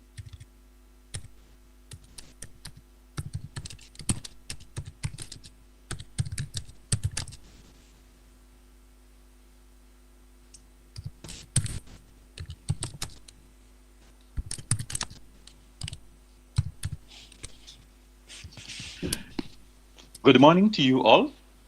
My name is Dr. Aniyamzala James Luampigi.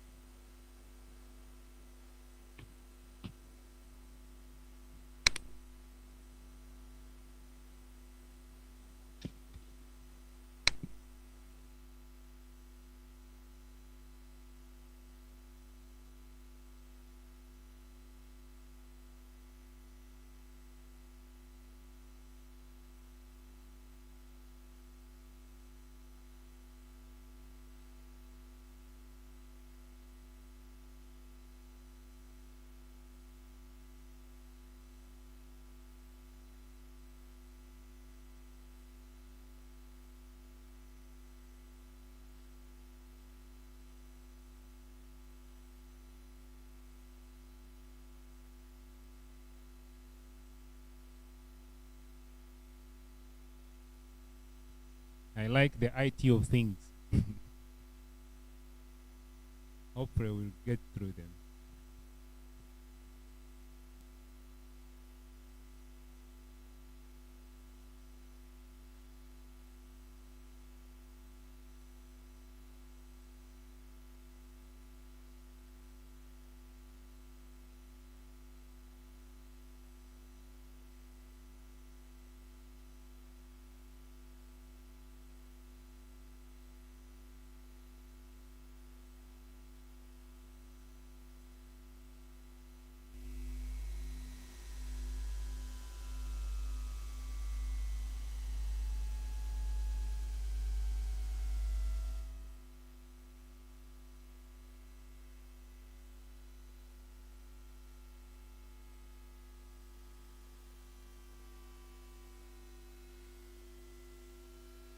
It is the presentation assistive technology.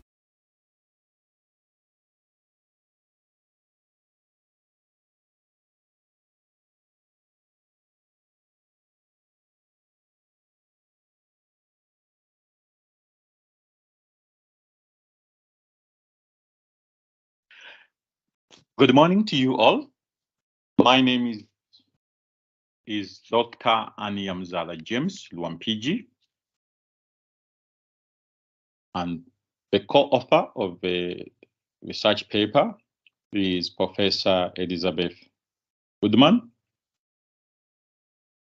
The title of the research paper is Personal-Centered Assistive Technology by Design, the Comparative Analysis of Universal Design and Inclusive Design.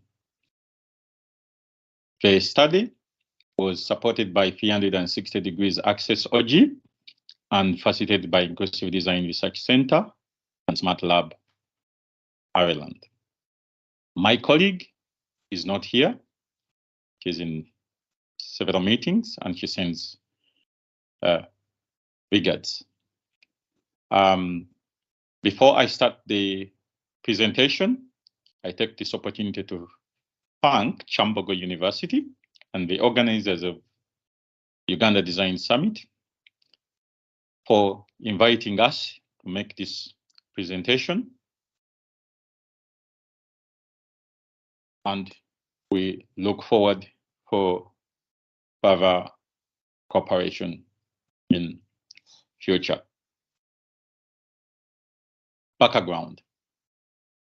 More than 2.5 billion people need one or two assistive technology to compensate for their function loss and participate in education, work, recreation activities, as well as contributing to their well-being.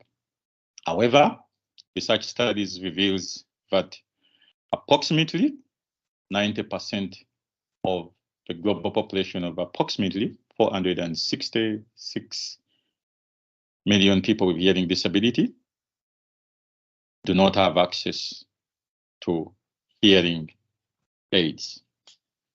Hearing disability is described by International Classification of Functioning, Disability and Health of the World Health Organization as an outcome of interactions of persons with hearing impairment and environmental barriers and lack of resources and opportunities. In other words, lack of resources and opportunities and environmental barriers results into hearing disabilities for persons with hearing impairments.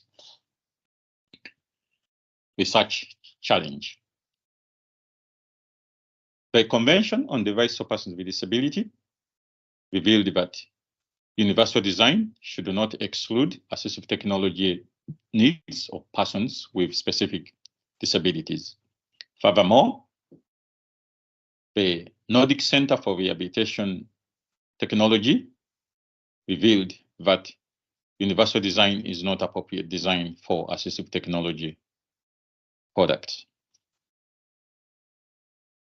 Inclusive design and universal and the personal-centered inclusive co-design recognizes human diversity, principles of equity, justice, power distribution, and decolonization, according to Treverena Yuta and Ania Mzala, respectively. The World Health Organization's Global Research Agenda of 2017 reveals that there is limited research in the field of assistive technology.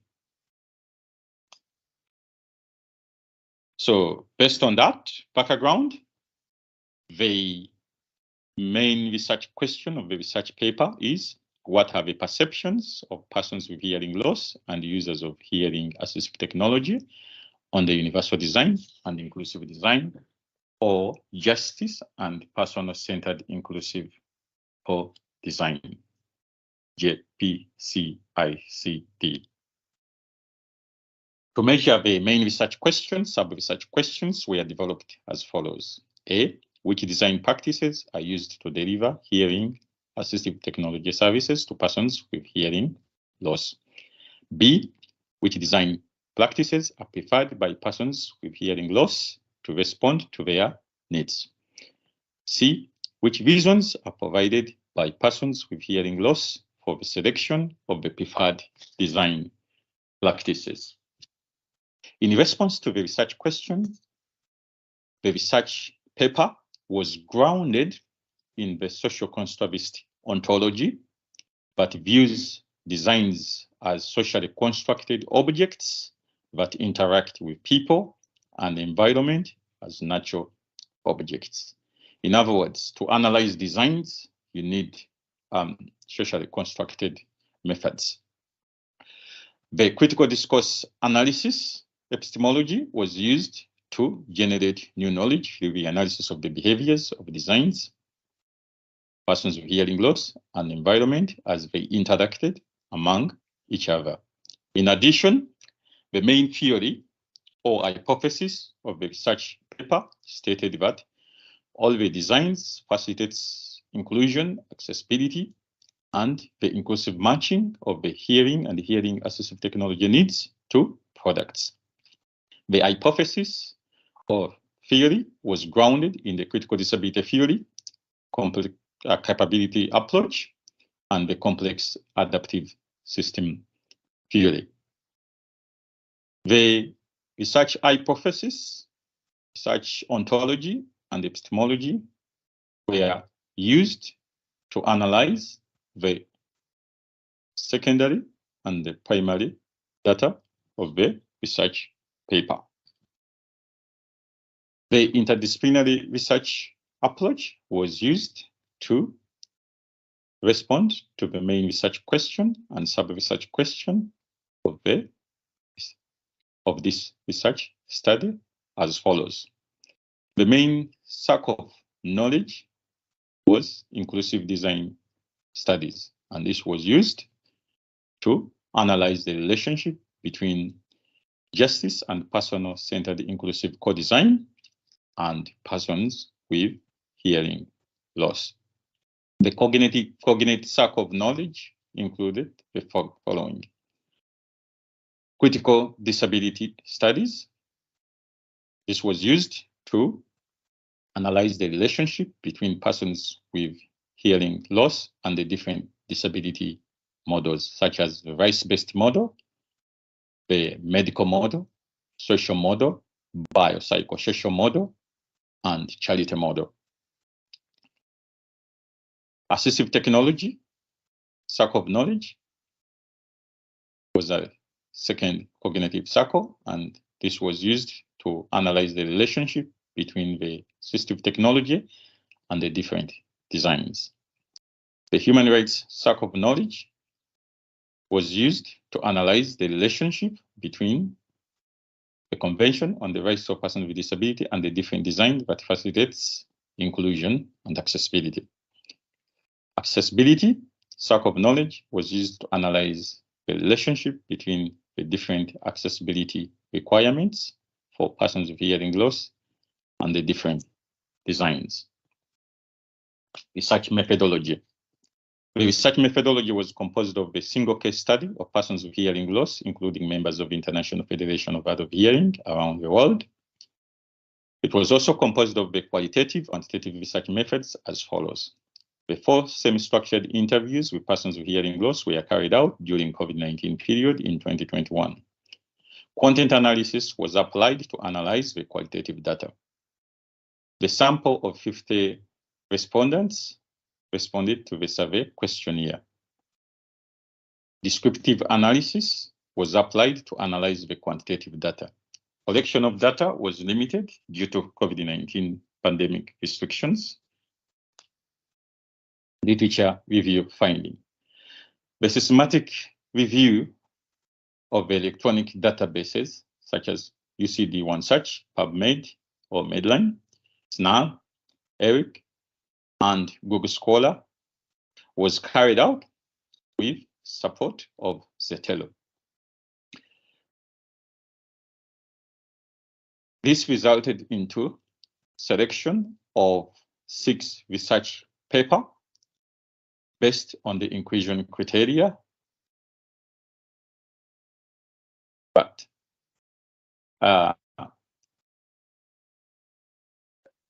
states that all literature on universal design and inclusive design for assistive technology and persons with hearing loss was selected. The review revealed that there are limited research studies on assistive technology and universal design and inclusive design for persons with hearing loss.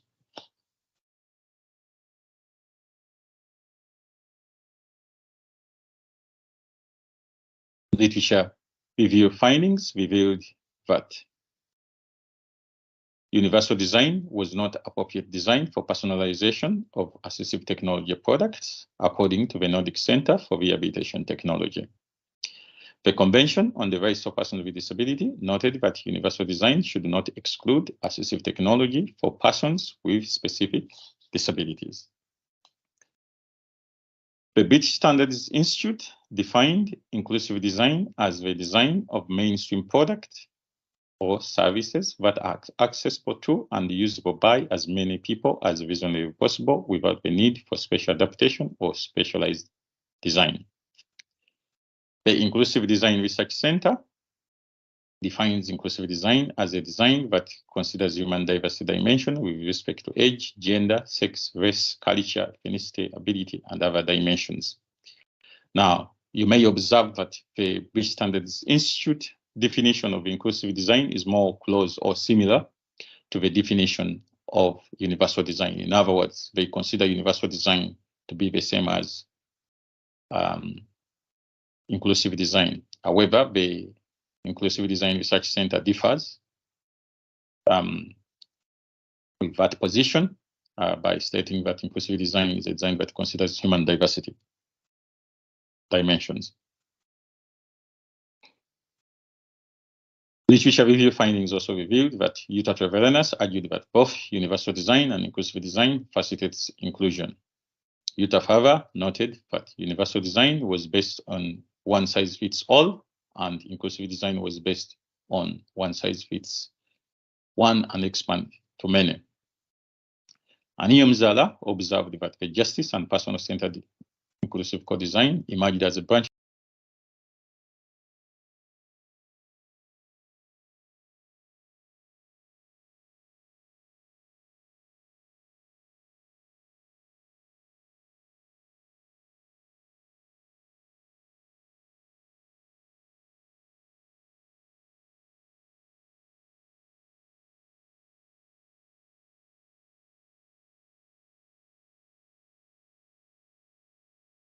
of inclusive design that considers human diversity dimensions, principles of equity, justice, power, distribution, and decolonization.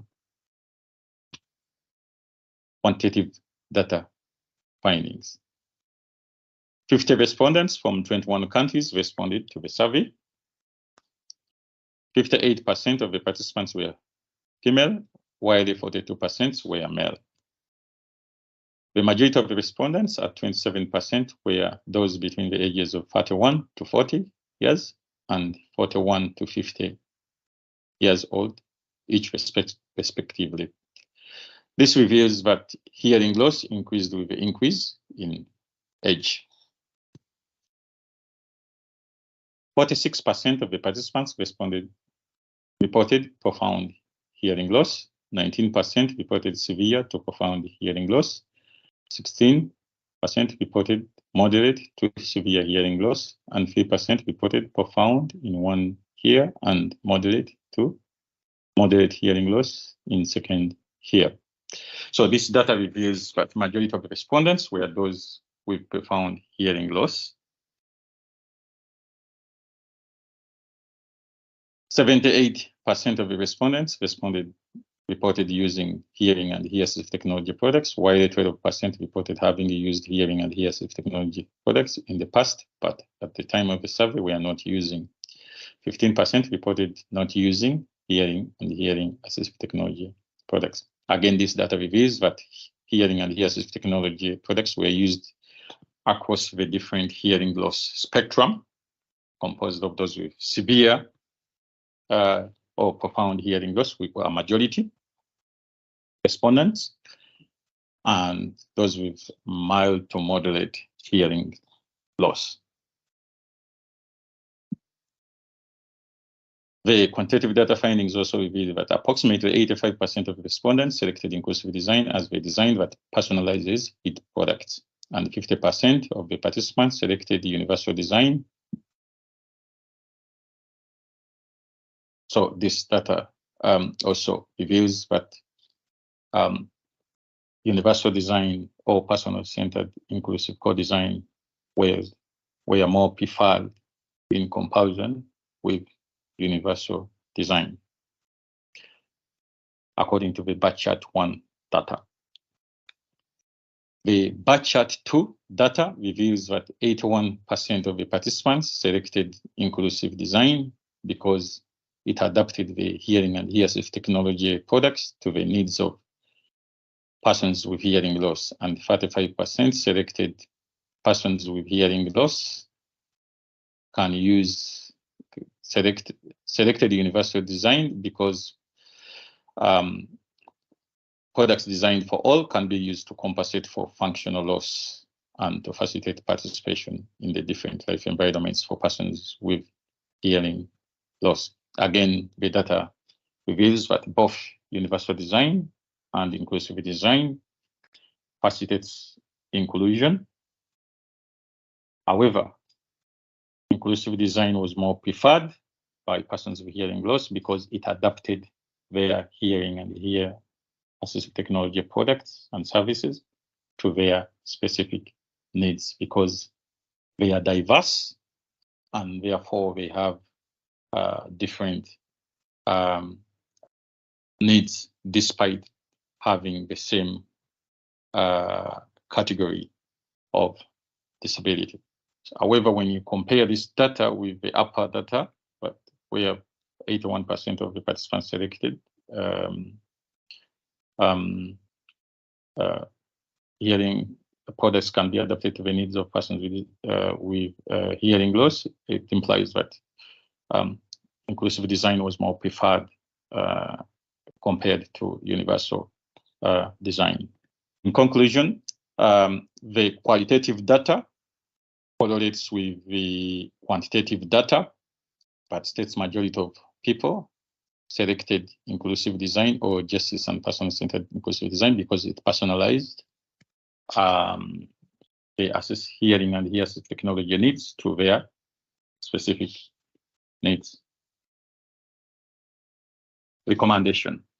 Design should take into consideration human diversity, principles of equity, justice, power distribution, and decolonization. National standards and guides on design practices should consider human diversity, principles of equity, justice, power distribution, decolonization, as well as part of the design processes and practices. Inclusive design and justice and person-centered design were the most suitable design practices, but prioritizes freedom of choice, rights, needs, decolonization, inclusive participation in the design of assistive technology products and service delivery systems. So, which designs do you use to design your content or your programs or your research, whatever you are designing? And second question is, does your design consider the principles of equity, justice, power distribution, decolonization, and human diversity? Thank you.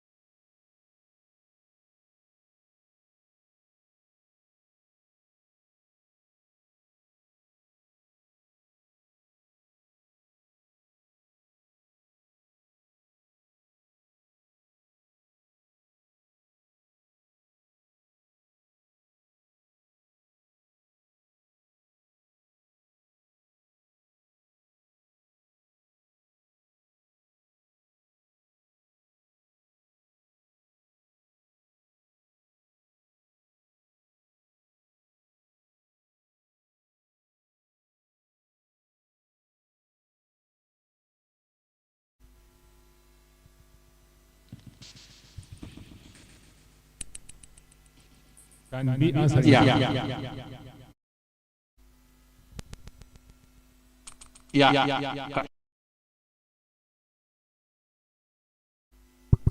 Yes, thank you so much for those comments and questions. About the use of the language person versus we. Actually, I'm approaching this research from the human rights-based approach. And by design, assistive technology, if you all, maybe let me give a background more on or more explanation on assistive technology. Assistive technology, these are products used to compensate our functionals or facilitate participation. Could it be a hearing aid, could it be a wheelchair, could it be a white cane? And those are usually designed, by design, they are designed for all in some cases. And as a result, if you don't personalize them, because different categories of persons with disability along the spectrum, as I explained, some have mild functional loss, others have moderate, others have severe. For example, in the hearing, people with hearing disability, we find some who are hard of hearing, that have partial hearing loss or mild to moderate, and they are likely to use a mixture of bilingualism and assistive technologies such as hearing aids, speech to text captions. On this Zoom, there are captions. Those are designed as a result of addressing the needs of persons with hearing loss, but in most cases, actually, they are used by persons with language difficulties, people who don't have, who can't understand English at a higher speed, but they can prefer to read the text in order to understand conversations. So, but the original intention was to address the needs of persons with disability, with hearing disability, but you find that it also benefits other people. The use of person was meant to, was within the framework of the human rights based language, but every person has a right, and the government programs or all the different or the learning programs need to address those needs. And this is also related to, I talked about earlier on the disability models. The response within our communities towards people with disability is the charity model, or they need help, and not necessarily that they have rights. They should be, but we need to design the programs to adapt to their needs. So, and that's to clarify on that. But also, I want also to give a clarification that inclusive design recognizes cultural diversity. If you look at the China is developing because of its culture, not putting aside its culture. It's Chinese medicine, a Chinese way of doing things. So, and what inclusive design also recognizes in the context of culture, if I may relate more on earlier presentation, was that we can have various, whether Banyankole, whether Baganda, the way of culture to be integrated within our context of development, and that's okay. There was a question on the implication of my, what's the implication of my study? First of all, the questions I put to you are, do you consider the principles of equity, diversity, decolonization? Because part of the problems we have here is that when I design a product or when I design the program, I don't need to care about your needs. You must adapt to that program instead of the program adapting to your needs. That's context. So in whatever if we don't have the correct design, if we don't have the appropriate design for the population, for the people we are working with, then we are not really addressing the needs. We are just saying, oh, I have designed this program, so you people, you should adapt to this program I have designed. So what I'm trying to challenge you here is that please wait. You need to co-design your learning program, your digital content, and whatever you are designing with the people. And the people are not homogeneous. It's not that one size fits all. There are people with different needs, with different cultural identities. So, and the appropriate way to approach that design is to start actually with the people with functional difficulties, or people who have difficulties in using materials, in accessing services, so that when those people can use those services, then those without difficulties can use the services as well. As I gave an example, captions or speech-to-text services were originally designed for people with hearing difficulties, but now they are used by a wider range of people, with including people whose first language is not English, but can use it to read. So I'll end with a quote of Olaf Pamel, who said that the quality of life of society can also be measured by how such society treats its most vulnerable citizens. If those vulnerable citizens can use services, then those without difficulties are far better off. Thank you for your comments. I welcome other comments if you have to kind of address them. But also I have to say that I will be publishing a guide or a book on what really entails inclusive design and personal-centered inclusive co-design, so that it can be applied in the different contexts. Whether you are designing materials for the learners, whether you are designing a government program like COVID-19 program, or a development program, whatever you are designing, so that you exclude the people that are more vulnerable. Thank you. I don't see any hands, so you can bring back the mic. Join me to thank Dr. Aniam Zara, who has been able to join us from Dublin. Sorry. Thank you so much. Yo.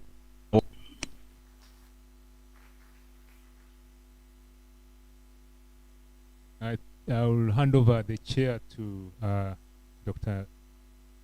Maureen Mwanga Nanyonjo Senoga, who holds a PhD from the University of York, York University, Toronto, Canada, and is interested in ceramics and art education. Dr. Maureen also has had inquiry or interest in the teaching and research in ceramics, and has worked in many things and many places, assisted many places, and published quite intensively. She also has contributed to the cultural policy of 2006, that is Uganda, and she has had research grants, especially with Kyambogo University. She's now currently exploring or focusing on the inquiry about substance abuse among adolescents through participatory action design. I invite Dr. Maureen to take on the seat. I would imagine we'll be looking at Grace Namara's presentation, so Grace Namara should be getting ready. Secretariat, please can you get us note those ones which are remaining, so that we are able to fast track them. Thank you.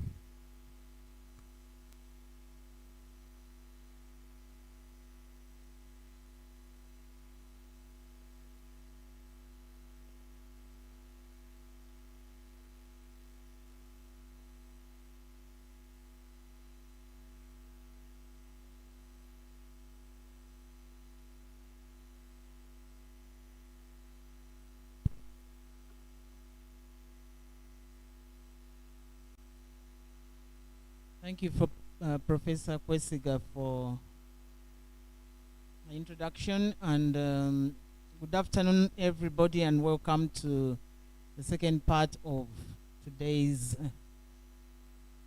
presentations. Before us is our PhD student, right, Namar? Yeah, PhD student.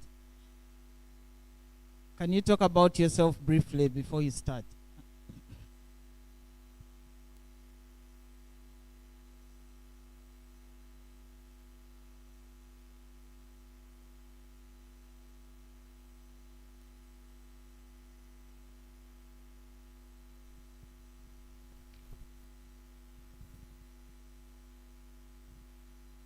Thank you.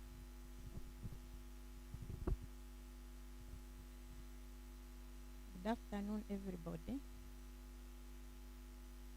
By name is Namara Grace, a PhD student here at Kyambogo University, same time a lecturer at Bishop Stewart University, which is in Mbarara. Back to Ankore. I'm looking. Okay, this research was done by me as an author with my supervisors, Professor Philip Kwesiga and Professor Kiori from Nairobi, then with Dr. Mtunji. And we looked at meaning making of the Ankori marriage pottery designs. Much has been said by my boss, who is here, Dean Varji, who talked about Ankore fashion design. So me, I talk about marriage pottery designs. Pottery, in brief, it is an innovation of creating shapes and forms from, using clay. Innovation of creating forms and shapes from clay or other materials.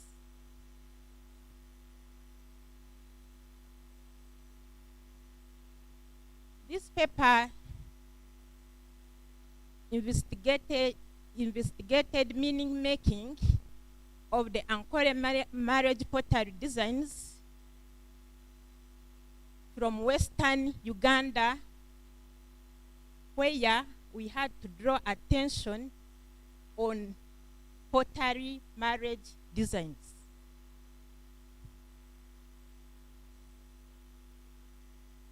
Meaning making.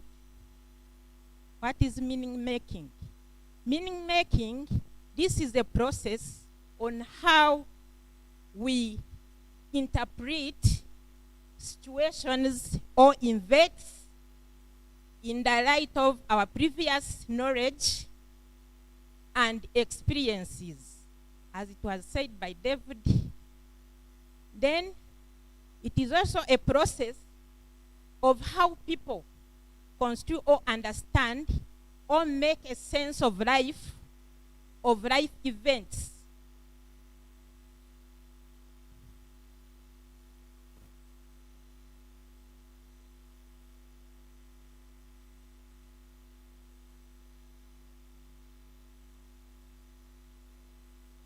When we are looking at marriage designs, there are many questions which were raised into our minds, but we selected a few that guided this study. One, we looked at how are pottery designs interpreted based on their purpose. How has change and transformation of the Ankole people affected meaning making of Ankole marriage pottery designs.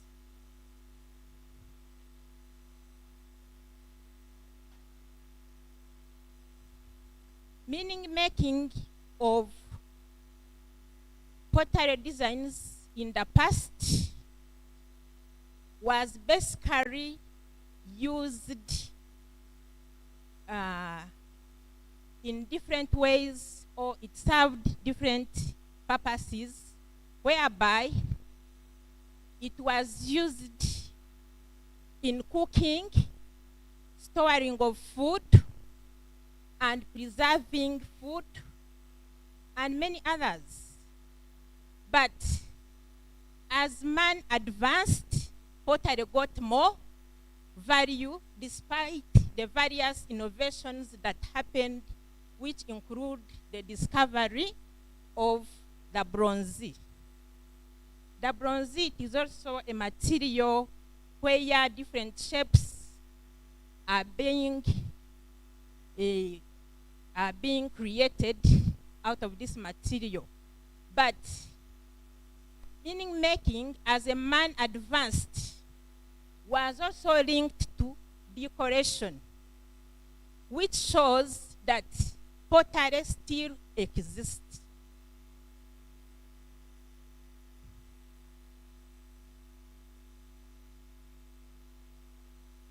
Ankole pottery designs has prevailed different changes that are happening, and this indicates that Ankole marriage pottery makes meaning making in Banyankole people. Meaning making or Ankole pottery designs basically made meaning through their forms and decoration. Here I mean, what do they do?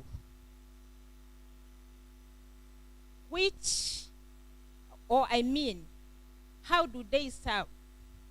Which patterns do they use on different functions, especially when it comes to marriage ceremonies?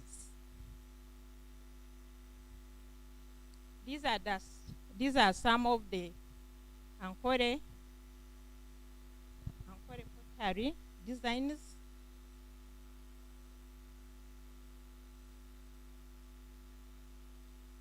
These are different shapes, as you can see. The first one, it is being used, or it was used when it comes to marriage ceremony, and it serves a great function. The second one is also used on marriage function, or it is given to a bride when is preparing for a marriage. Then we have different shapes which the elders used to use. As you can see, the first one, that is a pot which used to store drinks. We have different shapes, the smoking pipes, and many others, as you can see.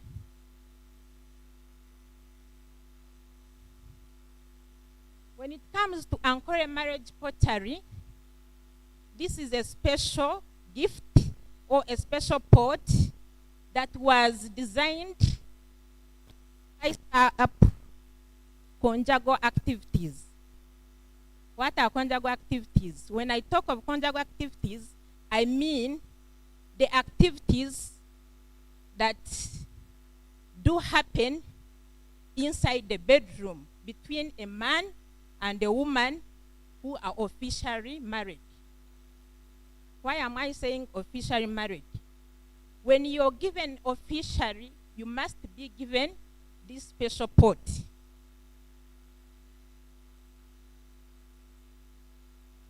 There are different pots, or I mean special pots. Not all pots are given on marriage ceremony. There are very few which are assembled together, and as re-honoring, we have the Rukomyo pot, which we pot.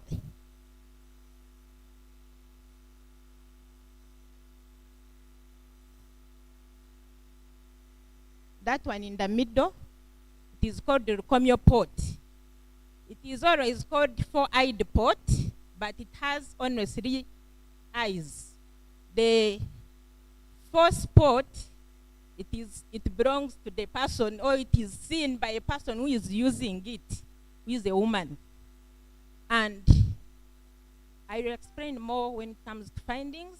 Then there is that one called Echunga and Enjemeko or Ensumbi, which boils water, and that water is always used before you go for conduct activities or after clean yourself. As a woman, you must be clean. Even your husband must be clean in order to spice up the activities.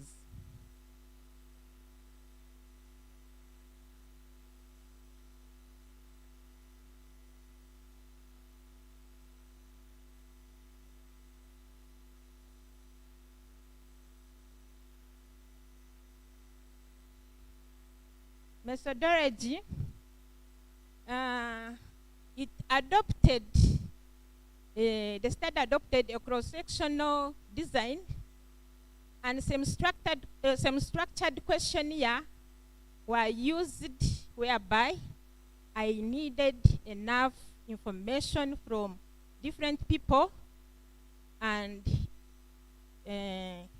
this was used to obtain deeper understanding of Ankole marriage pottery, meaning making.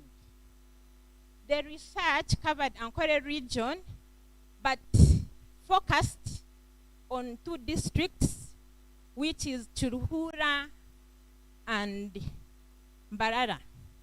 Reason being, as my boss has said, we have 2 tribes in Ankole. One is Bahima and another one is Biru. So the Bahima do more, and the Proyes known to have high respect to the culture. So Ankole people do respect much their culture.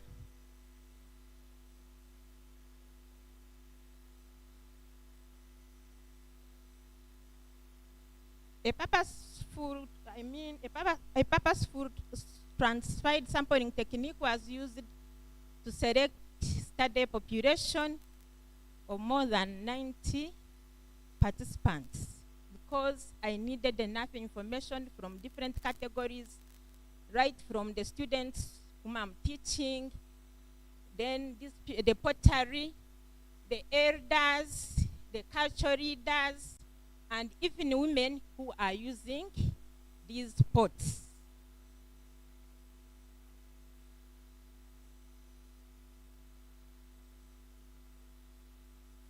Findings: Ankole marriage pottery, objective meaning making, as I've already said, the one pot, which is Rukomyo, is used for burning local herbs, whereby some herbs are pressed in that pot to bring out, some herbs are pressed in the pot, then burnt with hot charcoal, or at times they could put hot water just to bring out the perfume inside the bedroom. And when I was asking also, I discovered that it could not bring out the perfume inside the bedroom. A woman could also sit on that pot when he's preparing herself for sex activities, in order to have that perfume inside her body. So he could use that pot to prepare herself when he's waiting for the husband. Then enjemeko or ensumbi,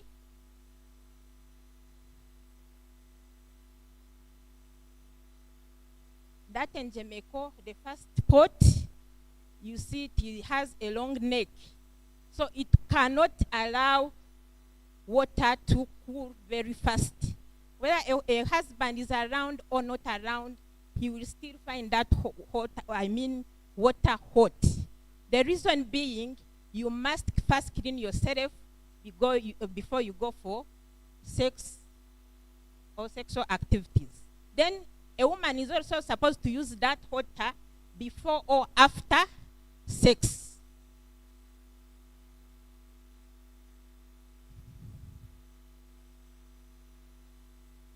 Recommendations.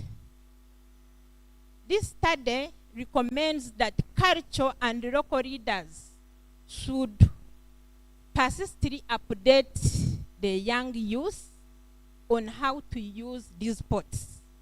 For sure, young generation need to know about this. Instead of adopting the imported perfumes which led up to certain diseases, or you can be taught on how to use these pots.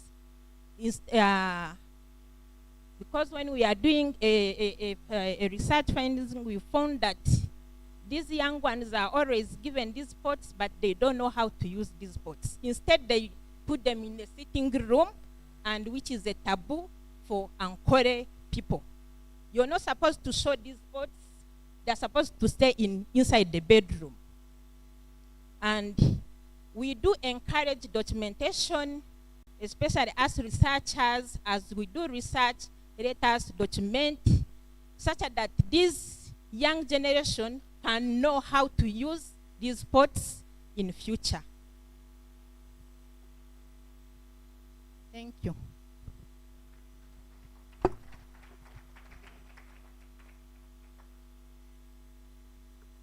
Thank you very much, Grace, for that presentation. I'm sure members present, although hungry, but they are being taken away from hunger because of what Namara was talking about. I can see in your research that marriage can be regarded as a social aspect, and there is also the pottery, which is a design aspect, and they intersect where meanings should arise. I was listening carefully to your presentation and to understand the values attached to pots. I think you have to speak more to this vis-a-vis the meanings that you found out in the field. Because something must be mentioned about the making process. Is there anything special about the clay that made this pottery to be specifically for marriage purposes? Are there any additional materials that are required as the clay is being prepared so that they are specifically for marriage and not for keeping seeds or eating from and so on and so forth? I wanted to listen to that as well. I don't know whether other members have similar questions. What about the literature surrounding this kind of pottery? Because pottery is universal, and therefore I was waiting to hear that possibly in Latin America or in Egypt or in South Africa, there are similarities in terms of the values attached to these pots where marriage comes in. I was waiting for that, but I did not see that literature related to that aspect. And when you talk of the 90 participants and it's a qualitative research, the number looks a bit big, and yet you said it was purposive, right? So I don't know how you dealt with that as well. But thank you so much for this. And you are touching a very sensitive issue of sex, which people don't want to announce publicly because they regard it as very private. But here we are now discussing it, and I would like to call upon reactions and questions or comments for Grace Namara. Yeah. Oh, I'm already here. Hands are just mushrooming. I'm already here. Thank you all. First, I would like to thank you and your colleague for that approach. It's very important. I had two questions. The professor he get one of it. It's accommodate the role of the material, which is very important in that situation. My second question is it possible to consider your title here related to what we call it ergonomic design? Thank you.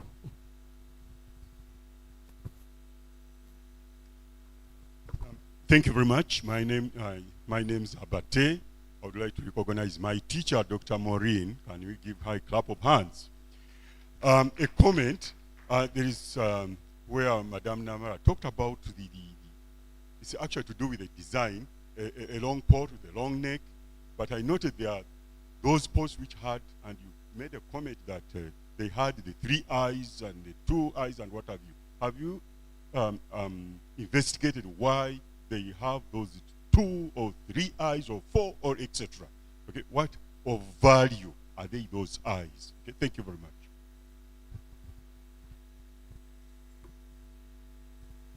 Thank you so much. Thank you, Grace.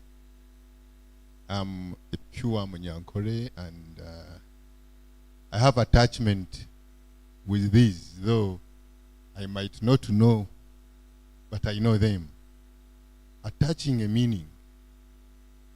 If you are giving in your daughter for marriage, and this daughter is called Omushumbakazi, in Runyankore meaning she married, maybe separated or divorced, and she's going to remarry. Is this 3-eyed pot given? Because I wanted this meaning to come out. If you were at a ceremony and you see now the family is giving out this, what does it mean? If this woman is remarrying, is this 3-eyed pot given? And if not, why? Because we're interested in the meaning. Thank you.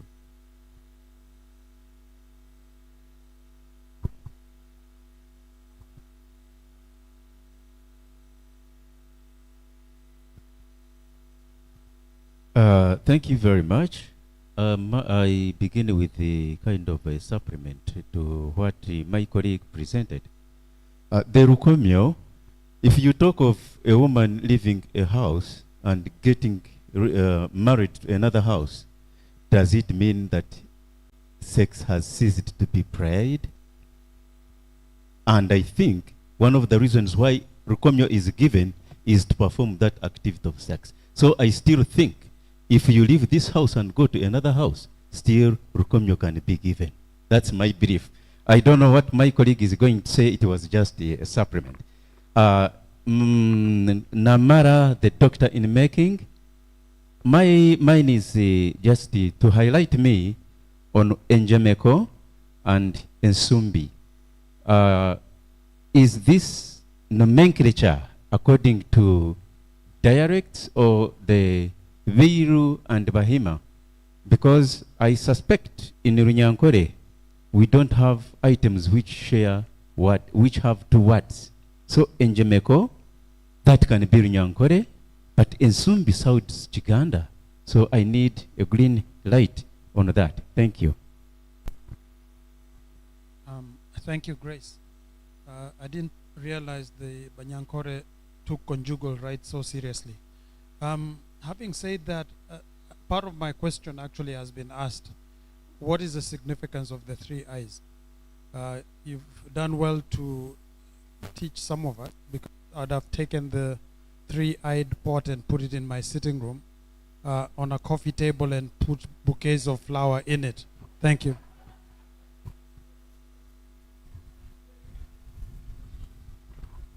Thank you, Madam Namara. Of course, even my question is quite similar. You talked about pattern designs, isn't it? I think that's your research around that, marriage patterns and design, isn't it? So I'm wondering, you know, as per your findings, I'm still asking a question of why, which is not coming out. For example, if this pot, as they are talking about the 3-eyed pot, the meaning beneath those 3 vis-a-vis conjugal issues, what is it that, why, you know, that needs to come out clearly. That's why I'm putting the why on all the findings you put there. The Nsumbi, whatever, why? So basically, you've just given the functionalities, the usages that it does this A, B, C, D.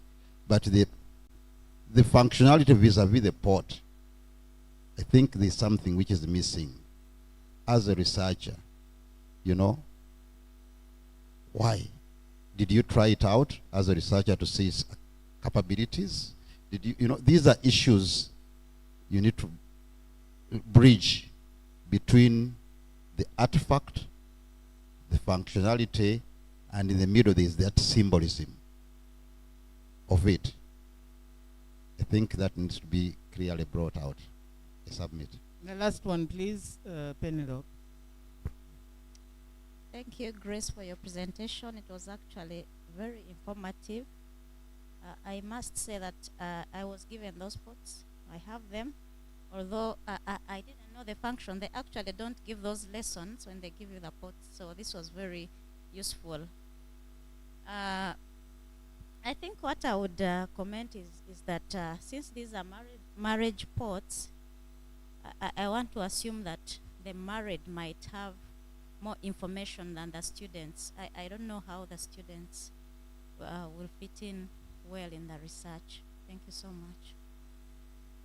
Okay, we'll allow Grace to respond to this, but before you do, I think people raised here the idea of marrying and remarrying, but this didn't come out clear in your work, and mine is about virginity.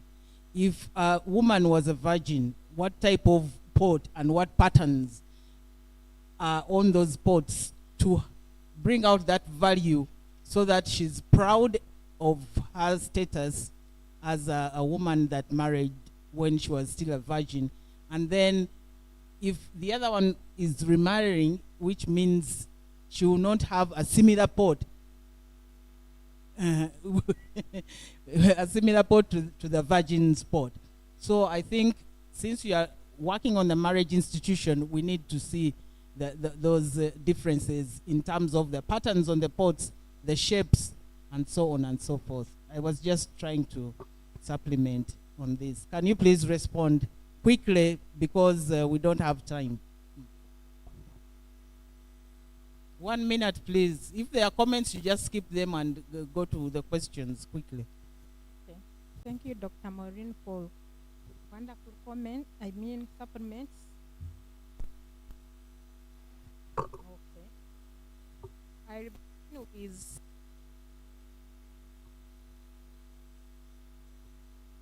why I begin with the question from my colleague Edward.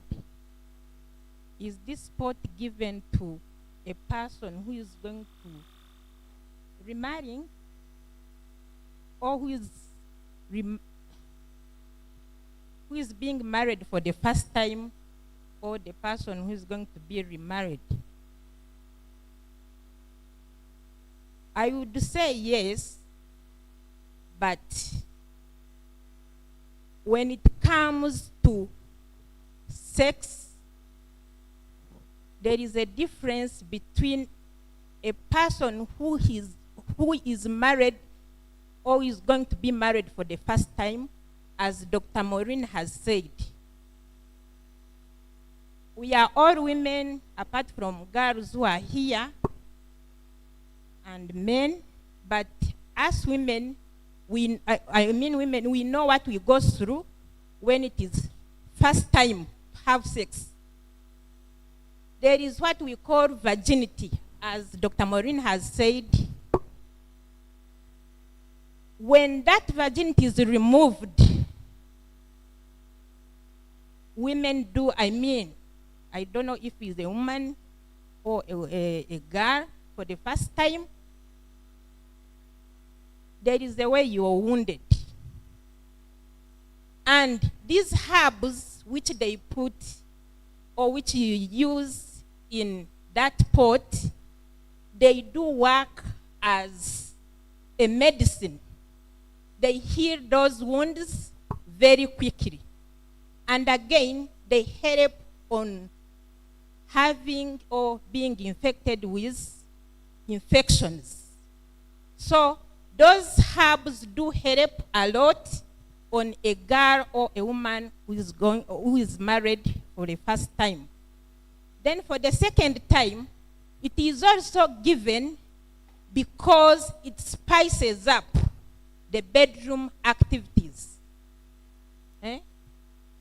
They always say, when I was carrying out a research in the field, I was given an interesting story by a man who was a pottery. This man was living in a bad environment.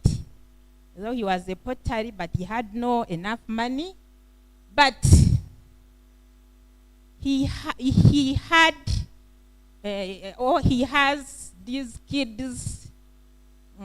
He could, the woman could give birth a kid a year after year. So when I asked, why are you suffering with all these kids? Then he was like, you girl, you don't know what is behind the beauty of using this pot, or the secret beauty behind a woman who's using this pot. Okay? So, which means his woman was using this pot, and the sex. Okay, Grace, I think this is very interesting conversation, and people to talk to you during lunch, because excuse me, because we are about to finish this session and there is one more presenter. So people, can you please continue with this after, as you have your lunch later on. Thank you so much. Join me to thank Grace for this. Our next speaker and the last one for this session is our former student, but now our staff.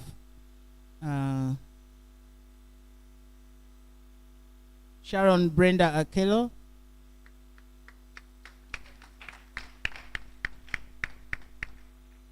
Sharon, can you please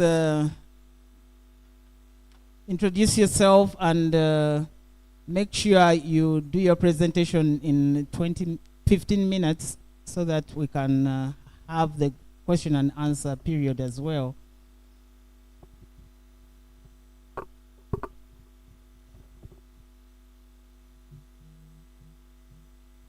Yes, good afternoon, ladies and gentlemen. You're all most welcome to the Design Summit. My name is Sharon Brenda Akelo, and I'm so excited to be here today. I hope you've enjoyed the different sessions. Yes, my name is Sharon once again, and all protocol observed.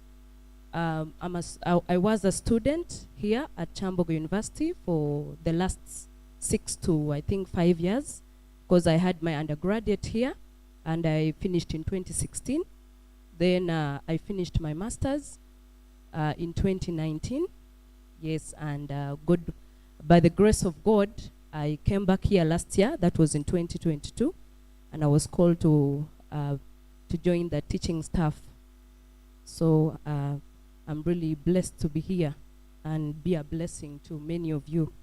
In my personal spiritual affiliation, I'm a teens pastor at Embassy of God Ministries. Yes, thank you. You're almost welcome once again. I will be sharing with you the research project that I finished. That was in 2016, my master's document, but I just picked a section of one of the recommendations that I look forward to build on to continue with this research. Because when I finished the research, there are a lot of gaps that were missing, and I wanted to build on the research and go further with it. Because during my excursion session, there was a lot of insecurity in Karamoja, and I did not access many of the sites during that season. So after the research, I continued with more excursions and going into the ground to collect more information. Just straight away to the research, to the paper that I'm presenting. The title is Critical Reflections on Visual Art as a Contrivance to Document Homespun Iron Smelted Artifacts of the laborosmiths in southwestern Karamoja. I would love to recognize my supervisor, Dr. Mutunje Emmanuel, and my assistant supervisor, Mr. Bruno Ruganzu. They were the brains behind building me up in this research, and the research is still ongoing. Okay.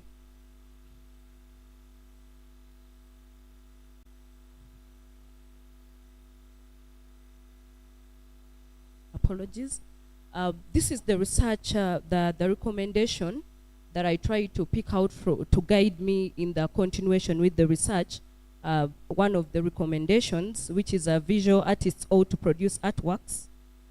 Visual artists ought to produce artworks that narrates, communicates, and solves problems in the society to support in the different visual. Sorry, let me use the slide because there's a challenge with the connection. The recommendation was visual artists ought to produce artworks that narrates, communicates, preserve, conserve, and solve problems in society, which will disclose the reputation of visual art in society.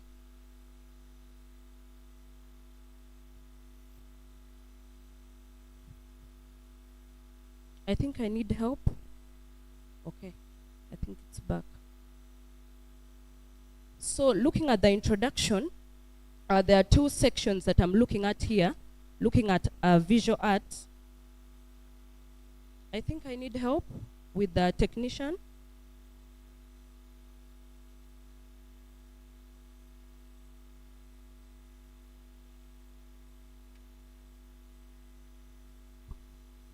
Okay. I think you can explain as you go ahead. Okay. Because it is your So work. looking at visual art as I'm looking at visual art as a reflection, looking at visual art as a catalyst to support in the documentation and preservation.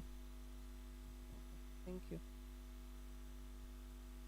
So I'm looking at visual art as a catalyst to support in preservation and conservation of the artifacts of the different iron smelted artifacts. So basically, I was looking at visual art as an important aspect in different cultures and to support in different meaning makings. Then I was also looking at visual art, which is commonly known as a practice, which expresses different ideas, different feelings, experiences, perceptions about different aspects in various cultures.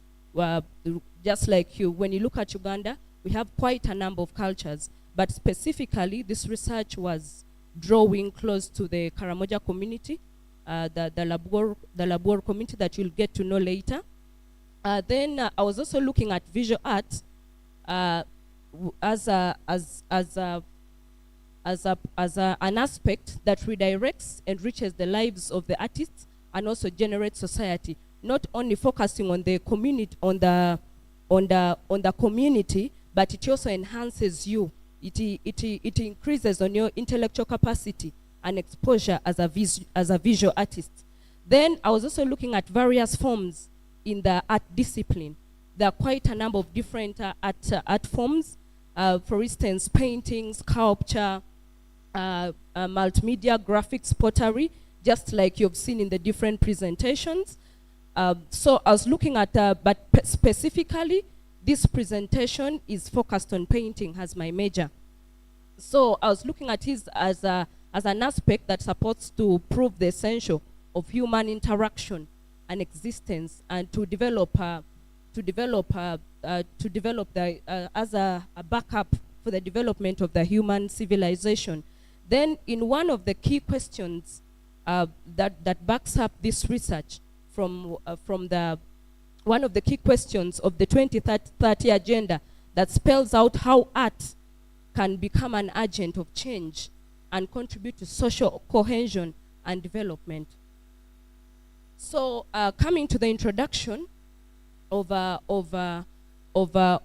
iron smelting, I came to realize that there should be a correlation between the visual art to back up the indigenous practice. So this is one of the indigenous practices, which is iron smelting. But before I can give you exposure into iron smelting, I want to give you a brief overview of the community that backs up this practice. The Labuor community is a sect of is a minority group of people that are located in Karamoja, and Karamoja has quite a number of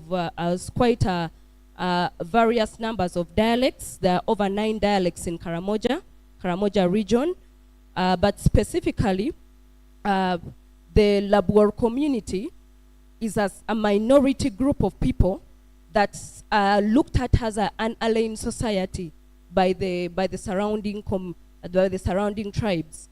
And you come to realize that this group of people, the group of people that reside in the southwestern part of Karamoja, in the Labuor Hills, that is the ancestral hill, and the name of the Labuor community, the name was derived from the name lion in the local language called Kibwor, which Kibwor, that was an area that was covered by the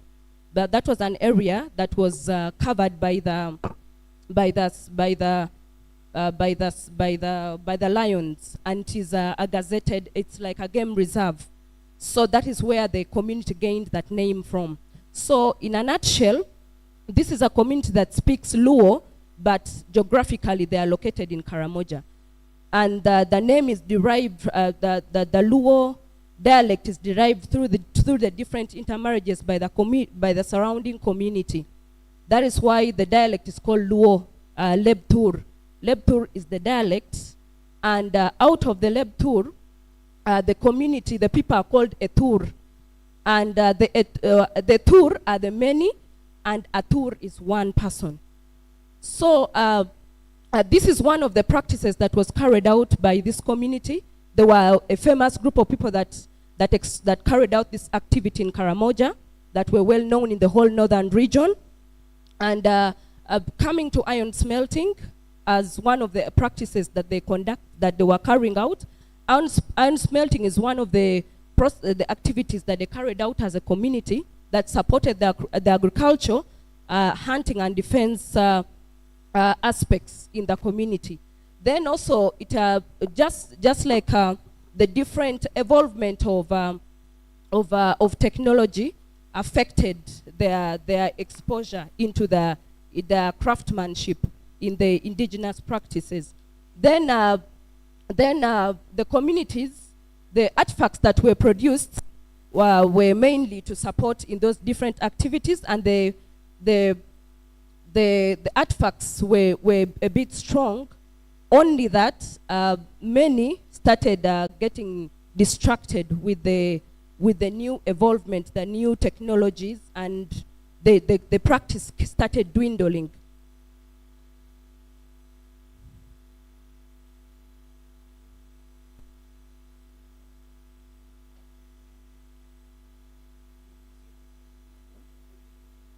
Yes?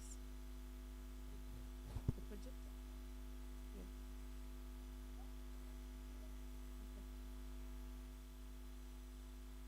You should move on to your methodology and try to give us your findings, then conclude. Thank you. Okay, so just briefly, these are the different smithing sites. You just have a look at them briefly. That is the internal looking, but those are abandoned sites because majority of them could not continue with the practice. The practice is hidden because the government proscribed the industry of production because of the insecurities in the community. So to block out, to mitigate insecurity in the community, the majority, the practice had to stop. But not all of them stopped, though many, the practice is still ongoing, but majority of the people who were blocked from the practice started getting challenged, and they started having fear to continue with the practice. So these are just a few pictures of what is taking place in the smith and the smithing process. And these are some of that's a jingo, the knife. I think you saw the jingo. So getting to the problem.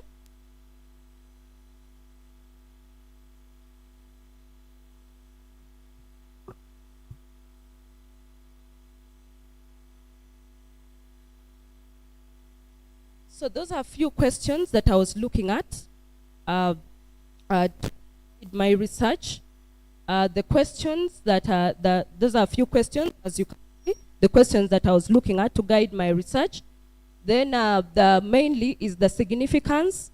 What I was looking at, those are the significances that I was looking at to guide the research.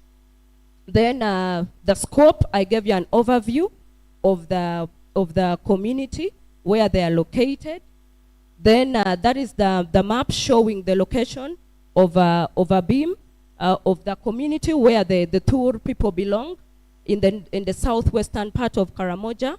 Then these are the findings of the research, the different insights of different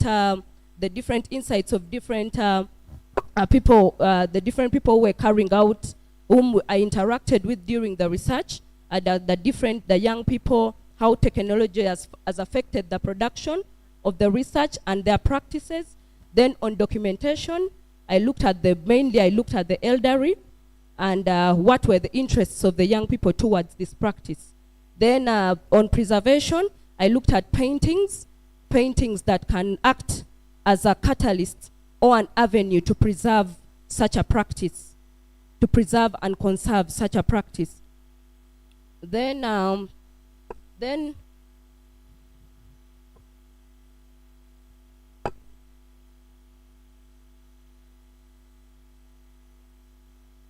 so on methodology, I used an ethnography as my research design, and the different tools that I used was the checklist,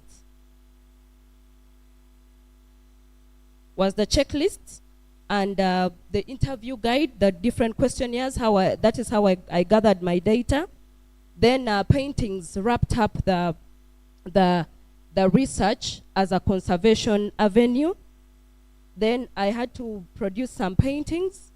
I've not displayed all the paintings, but I just picked a few to support this presentation. So these are basically, since I was focusing on homespun iron smelted artifacts in this presentation, I only identified the iron smelted the artifacts. So I identified the jingo and the knife. I identified the jingo and the knife as one of the paintings that I extracted to act as a preservation avenue. Then in conclusion, I try to look at different aspects. For instance, to look at art as a vital avenue to conserve iron smelted artifacts, because it once supported communities and household activities. Then I also looked at indigenous knowledge should be integrated in a certain academic space. Then I also looked at government supporting and subsidize creative projects like such to back up, to enhance the creativity of different artists, and also use other avenues other than that social science, but using the artistic avenue also to act as a mechanism to support such practices. Then also I looked at other forms of indigenous knowledge can also be exploited through visual presentation. Then at the end of the day, I looked at the role of art in the human existence, as it should continue, not to be closed, to support us close the gap. That is to close the gap of between the illusional and the reality. So that is what I was looking at as an artist. Then finally, in a nutshell, mainly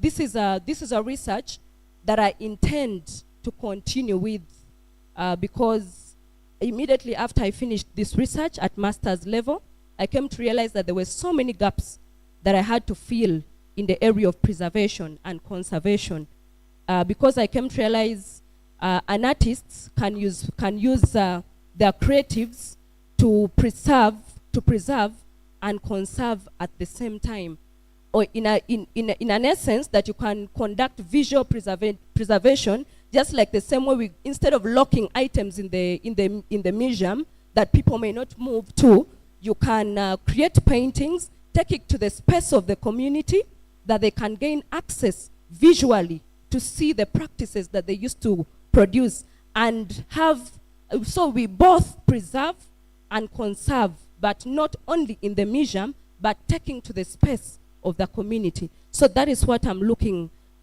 at. Just like the way I told you, Karamoja has many dialects. In conclusion, in Leptur, we say Apoyo Jijik, that is thank you so much. And in Nyakari Mojong is Alakaranoi. So thank you so much. Any questions?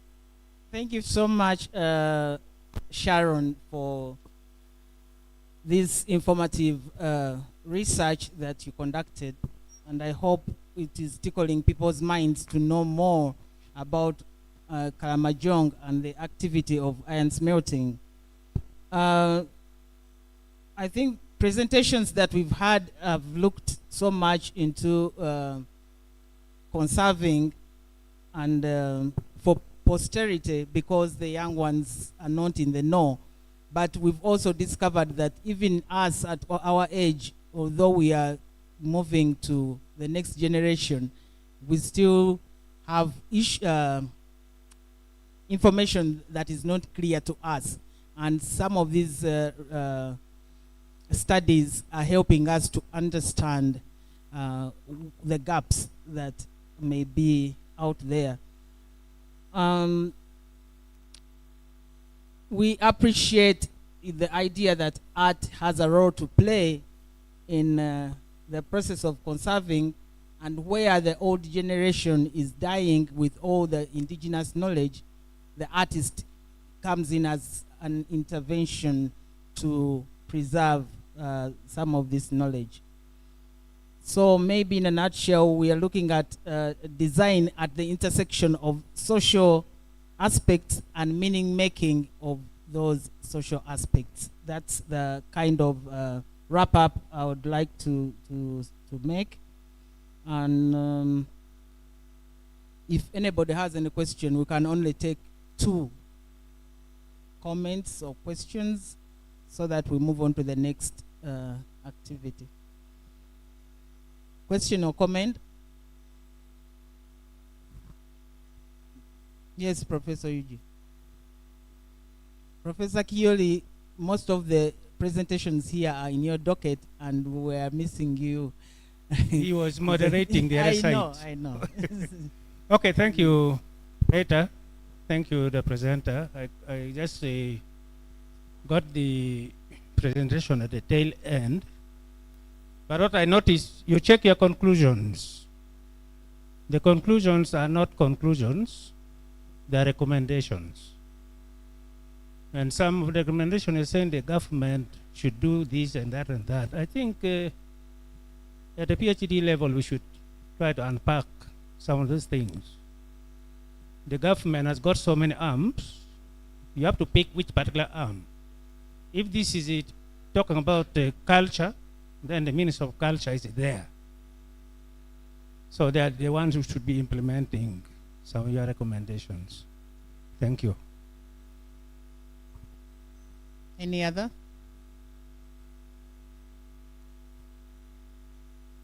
So if you don't have another question or comment, can you please respond to that quickly? Okay, thank you, Prof, for that wonderful contribution. Just like I said, I look forward to building up this to the next level. That was a good note for me, and thank you for releasing me to the next level, to PhD level, by telling me that at the PhD level, this is not viable. So since it's a research going to the next level, thank you, that is noted. I like your positivity. You're very positive, right? Let us clap for Sharon. Thank you so much, Sharon. Thank you. Thank you. I would like to now hand over to the person in charge of the last part of our summit to come and take us through. Is it you?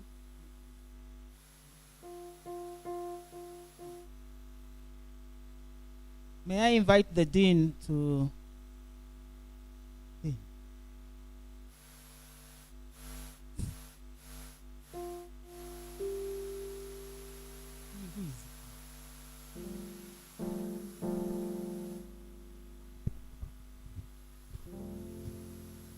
Well, well, well, well, well, well.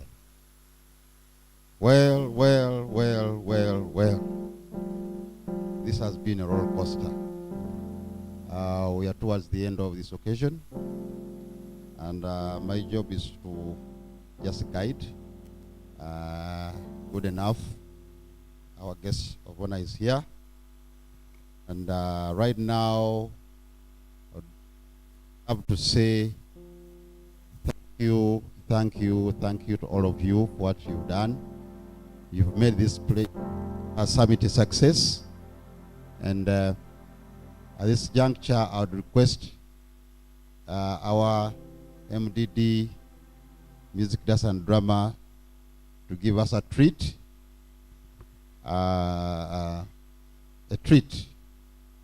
and then we'll have a speech from the convener. Thereafter, the convener will invite the guest of honor, and then we'll have reached the end of this Uganda Design Summit 2023. It has been an interesting environment. Seriously, we started with the colloquiums. Yes, you can come over. The colloquium in terms of master's and PhD colloquium, which was conducted by the various professors. Then we had an animation workshop and paper making workshop, which was conducted by Professor Ahmed. It was quite informative. Then we moved into the launch, official opening of the summit. Then we started this paper presentations. We had the Vice Chancellor's dinner. Now you hear the CV, how it rolled. Vice Chancellor's dinner. Thereafter, we had Ekyoto with some people not waking up early. It reminded me of one person who got drunk and used to put his coat the wall like this on the nail, and then as he came back drunk, there was a fly on the wall. He thought that that fly is the nail, and then he decided to put a coat on the nail, and the coat fell down. The fly moved to another place. He continued following the fly until he said, "You nail, what is your problem?" You know, so it was quite an interesting phenomenon. That happened yesterday. And I won't say, some of them wake up very late, others, you know, it is quite an interesting environment, no problem. So, music, dance, and drama, you have the floor.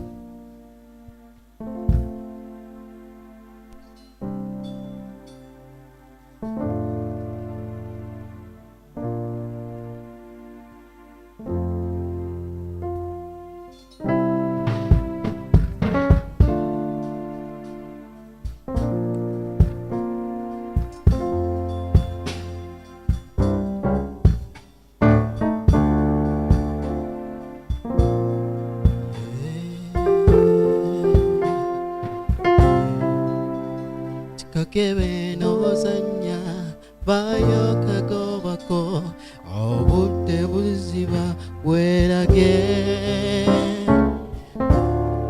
nonyeza nendura zenembura werage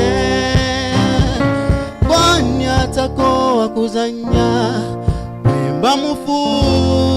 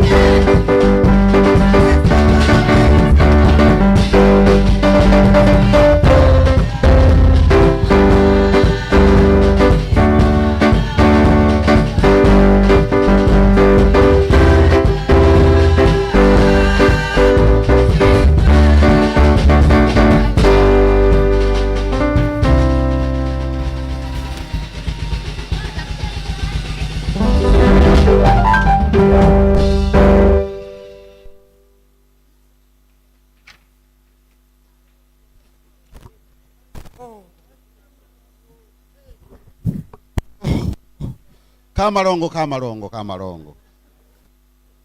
Oh, oh, oh, Kamarongo.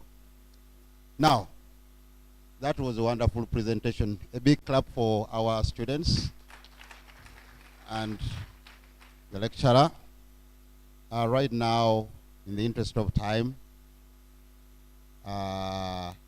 maybe before that, seriously, there has been a team which has done a great work to make this a success. And I would like to recognize them. The head of department, Fine Art, please can you come forward? Secretariat, if you know that you've been on the secretariat, please come forward. Whoever has been on the secretariat, please come forward. Kamarongo. Whoever has been on the secretariat, please come forward. Professor Kwesiga has been in charge of scientific committee, Dr. Wycliffe, in terms of communication. This is the gentleman who has been communicating to you all the way. Where's Charity?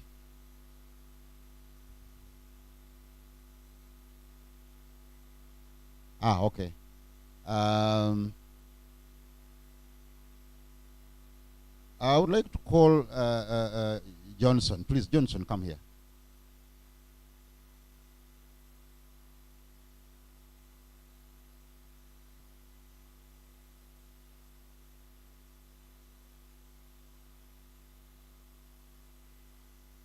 Johnson.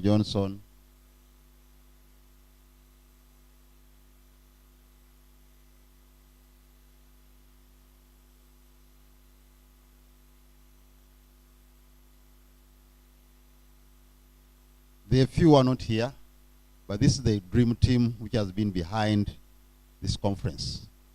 We need to thank them. They've done a great job. And above them, I was the chair organizing this committee. And above me, there's Madam Sarah. Where is Dr. Sarah? Dr. Maureen, please. Dr. Sarah, where are you?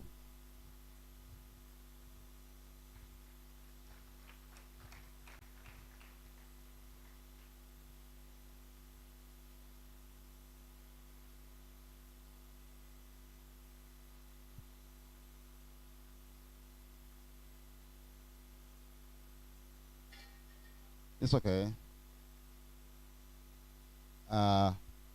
So I think there's one or two remaining. Charity, who has been in charge of the secretariat. This is the team, and really thank you for the good work done. Above me was the convener.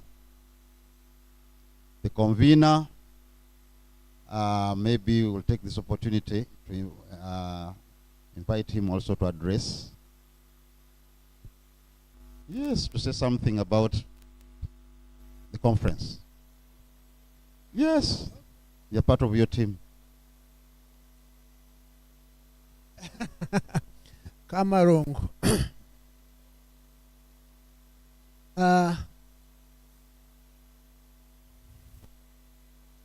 Dr. Aaron Lawrence, DVC F&A, who's our chief guest today, for closing this function.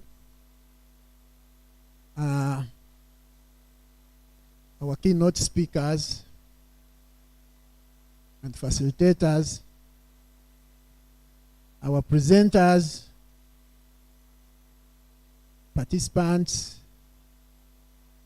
sponsors, ladies and gentlemen. Don't think I'm crazy that I was here dancing. Now, if I don't dance, what do you want me to do? Somebody tell me, what do I do? when I have all of you here, when we run the conference from Monday through Friday, and we are all happy, and all the papers are presented, what do I do? I dance to the Lord, I dance to myself, I dance. We dance for that one who did the weaving. When we didn't know that one, the mat, the African mat, would be there. He knew what he wanted us to do. He put this team together.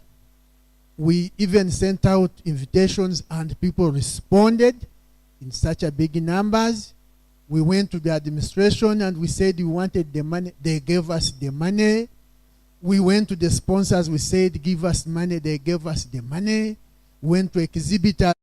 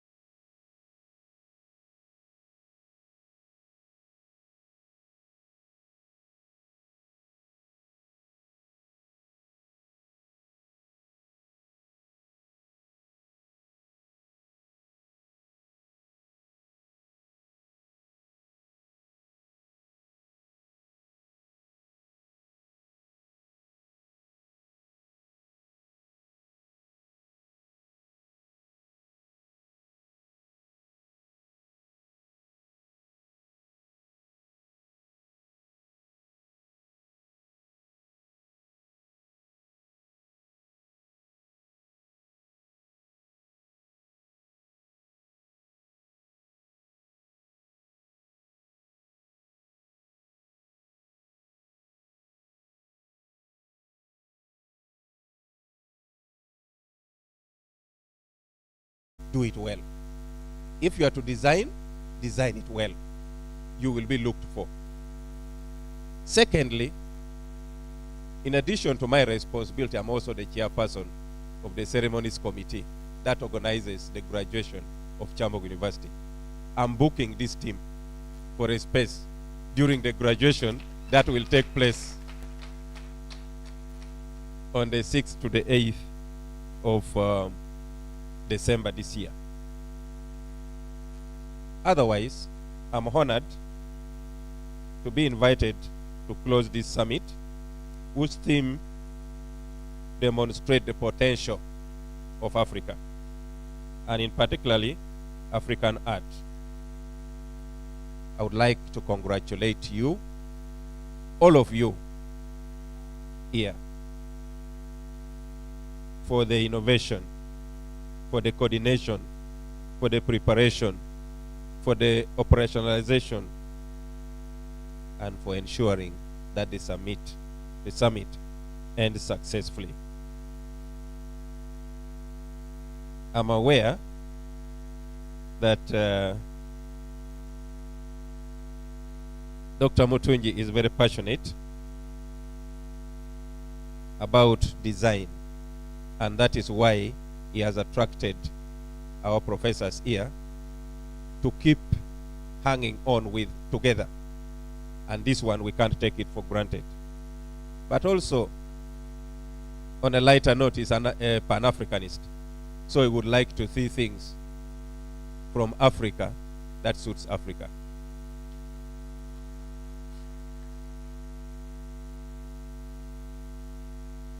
I recognize the tireless effort that the keynote speakers, facilitators, panelists, and presenters made to ensure that the summit is successful. I also recognize the Pan Afrikan Design Institute for recognizing Kyambogo University as a valuable partner to lead this summit this year. Your involvement is helping Kyambogo to achieve the strategic objective number 5. It says,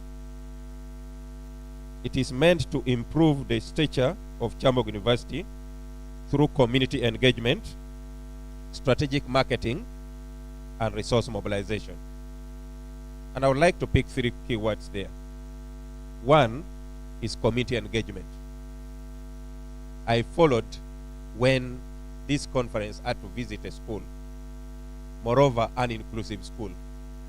From my background, that was a very important recognition for those people who are normally neglected. And in this case, these were learners who are deaf studying with their hearing peers. Strategic marketing, you have helped to create awareness about art and design, its history, and the products that are there that can be improved upon. And resource mobilization, all of you have worked together to ensure that this conference succeeds. We would like to thank you, Professor, for ensuring that you tie all this team together and have them here in Uganda. The theme of this summit is really very important because it helps Africans to reflect on our tradition. It helps us to reflect on our indigenous design and the processes and systems that are needed for us not to forget. I really respect you artists. A friend of mine one time said, the mistake of a designer is an art of another designer. In fact, my sister-in-law went to make a dress, and they found that the material that was meant to be at the front was turned upside down. And the tailor was really very scared of what will happen. But she went with a friend, and as she was complaining, the friend was very excited. Therefore, they went with the dress. Later on, it became a design for the village.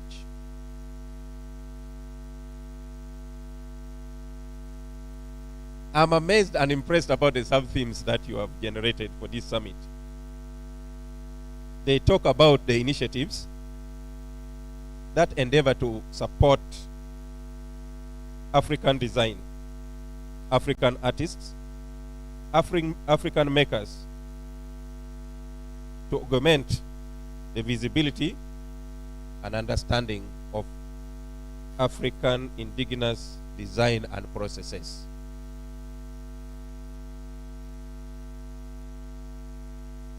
I would like to request that the take-home from this summit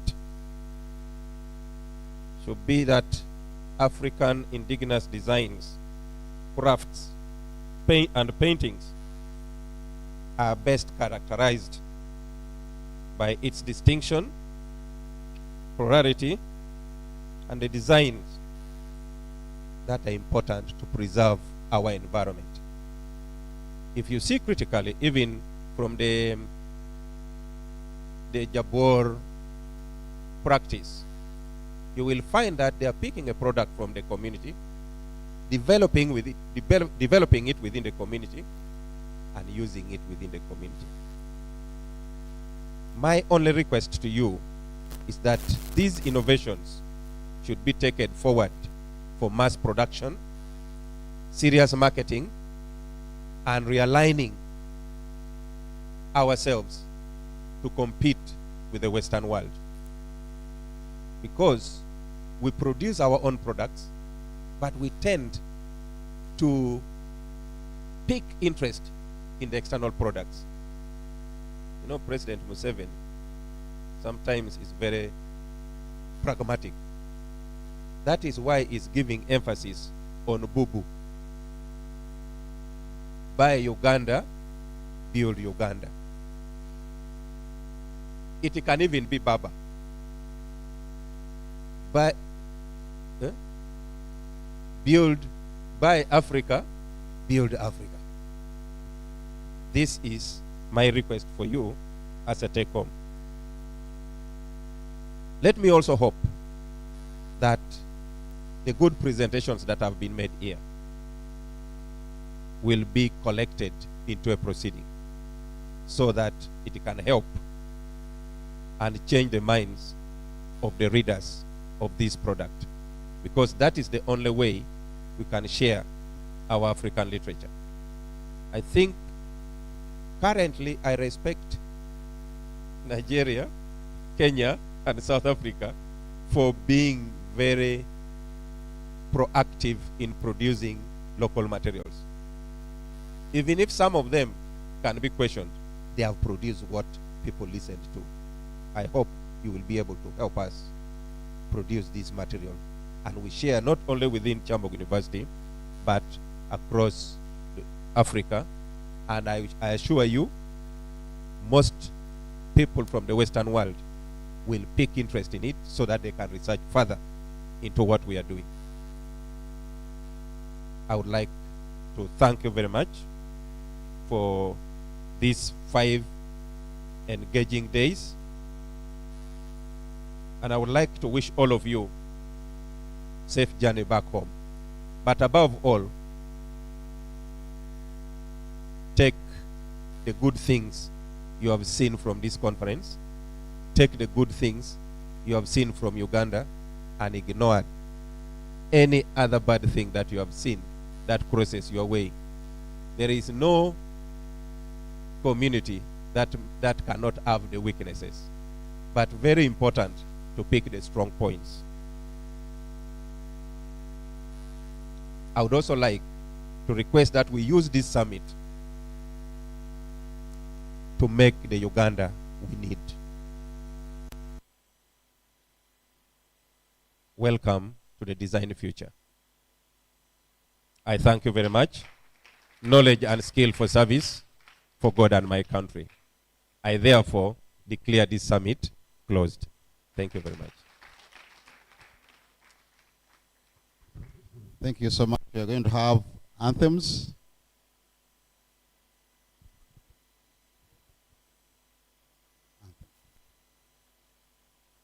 as they come, would like also to thank our dear MC, who was at the first day of the official opening. It should be around, I suppose. Dr. Obanda.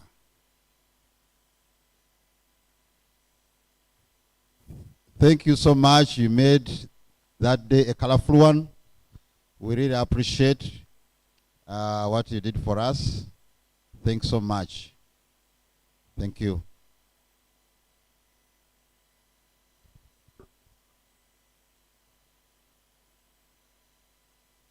So shall we?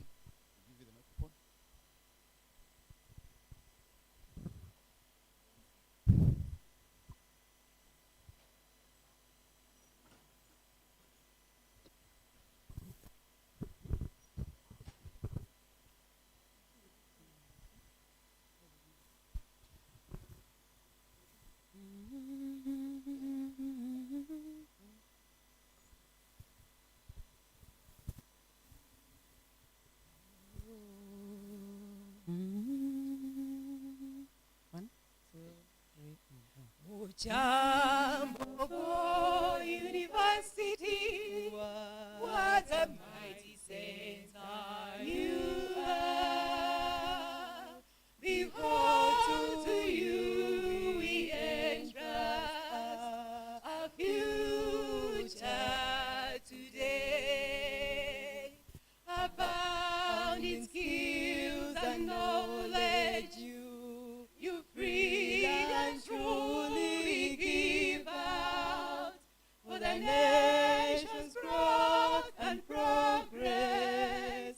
We surely shall succeed. Kyambogo University, we are proud of you. For a mission straight, for a vision so bright, and the efforts to provide the skills to the young and the old, in education, science and other fields, beyond the scope prevalent. The pillars that you made us strong and firm, oh, they stand. So focused in all that they do. Your great strength notwithstanding, your goals remain so distinct. Your vision truly a marvel to us and to all. Kyambogo University, we are proud of you. For a mission straight, for a vision so bright, and the efforts to provide the skills to the young and the old, in education, science and other fields, beyond the scope prevalent. Mungu twaomba uilinde Jumuiya Afrika Mashariki, tuwezeshe kuishi kwa amani, tutimize na malengo yetu. Jumuiya yetu sote tuilinde, tuwajibike, tuimarike. Umoja wetu ni nguzo yetu, idumu jumuiya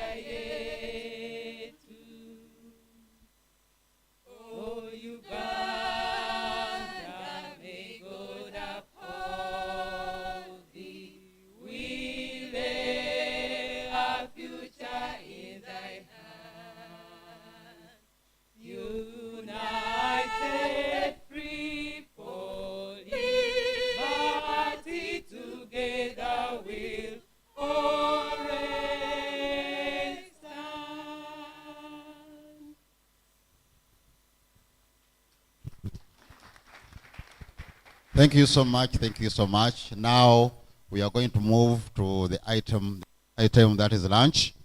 The is the procedure. Our guest of honor and keynote speakers will go first, and management will go first. University management, keynote speakers, and our guest of honor will go first to have lunch. And then we have our delegates, all participants. Those who have presented the papers then will go next. And thereafter, other members will follow. So that is the procedure. I would like to see university management and our keynote speakers to go something to eat.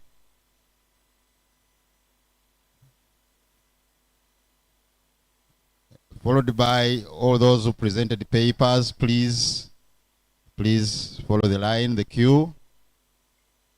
Plus the moderators.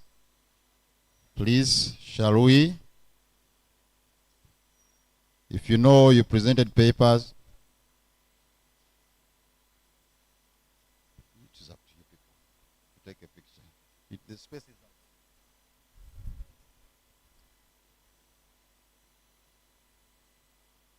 Then it should be followed by committee members. All committee members, please, can you continue to the queue? Whoever has been a committee members.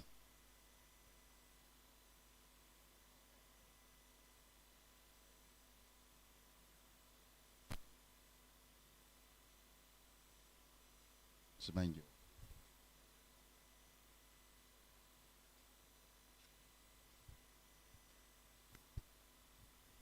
If you're a committee member, please join the queue.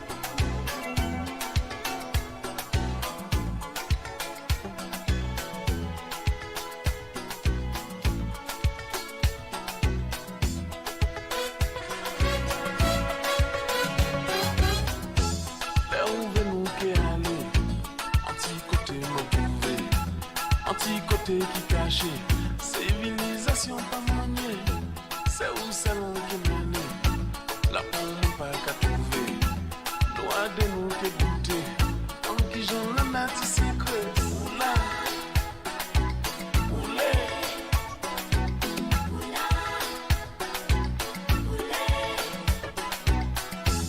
Là où va nous que vivre, c'est la limite qu'à créer, nous qui comprenons la pas vrai.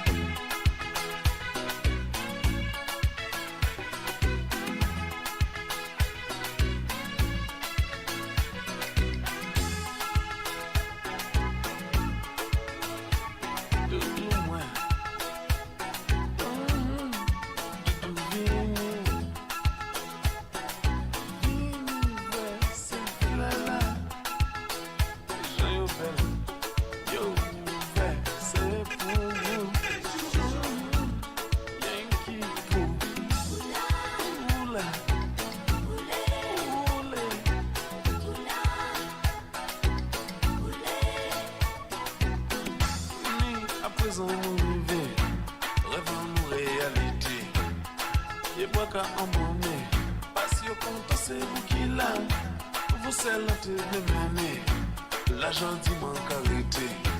Pour moi, je préfère découvrir.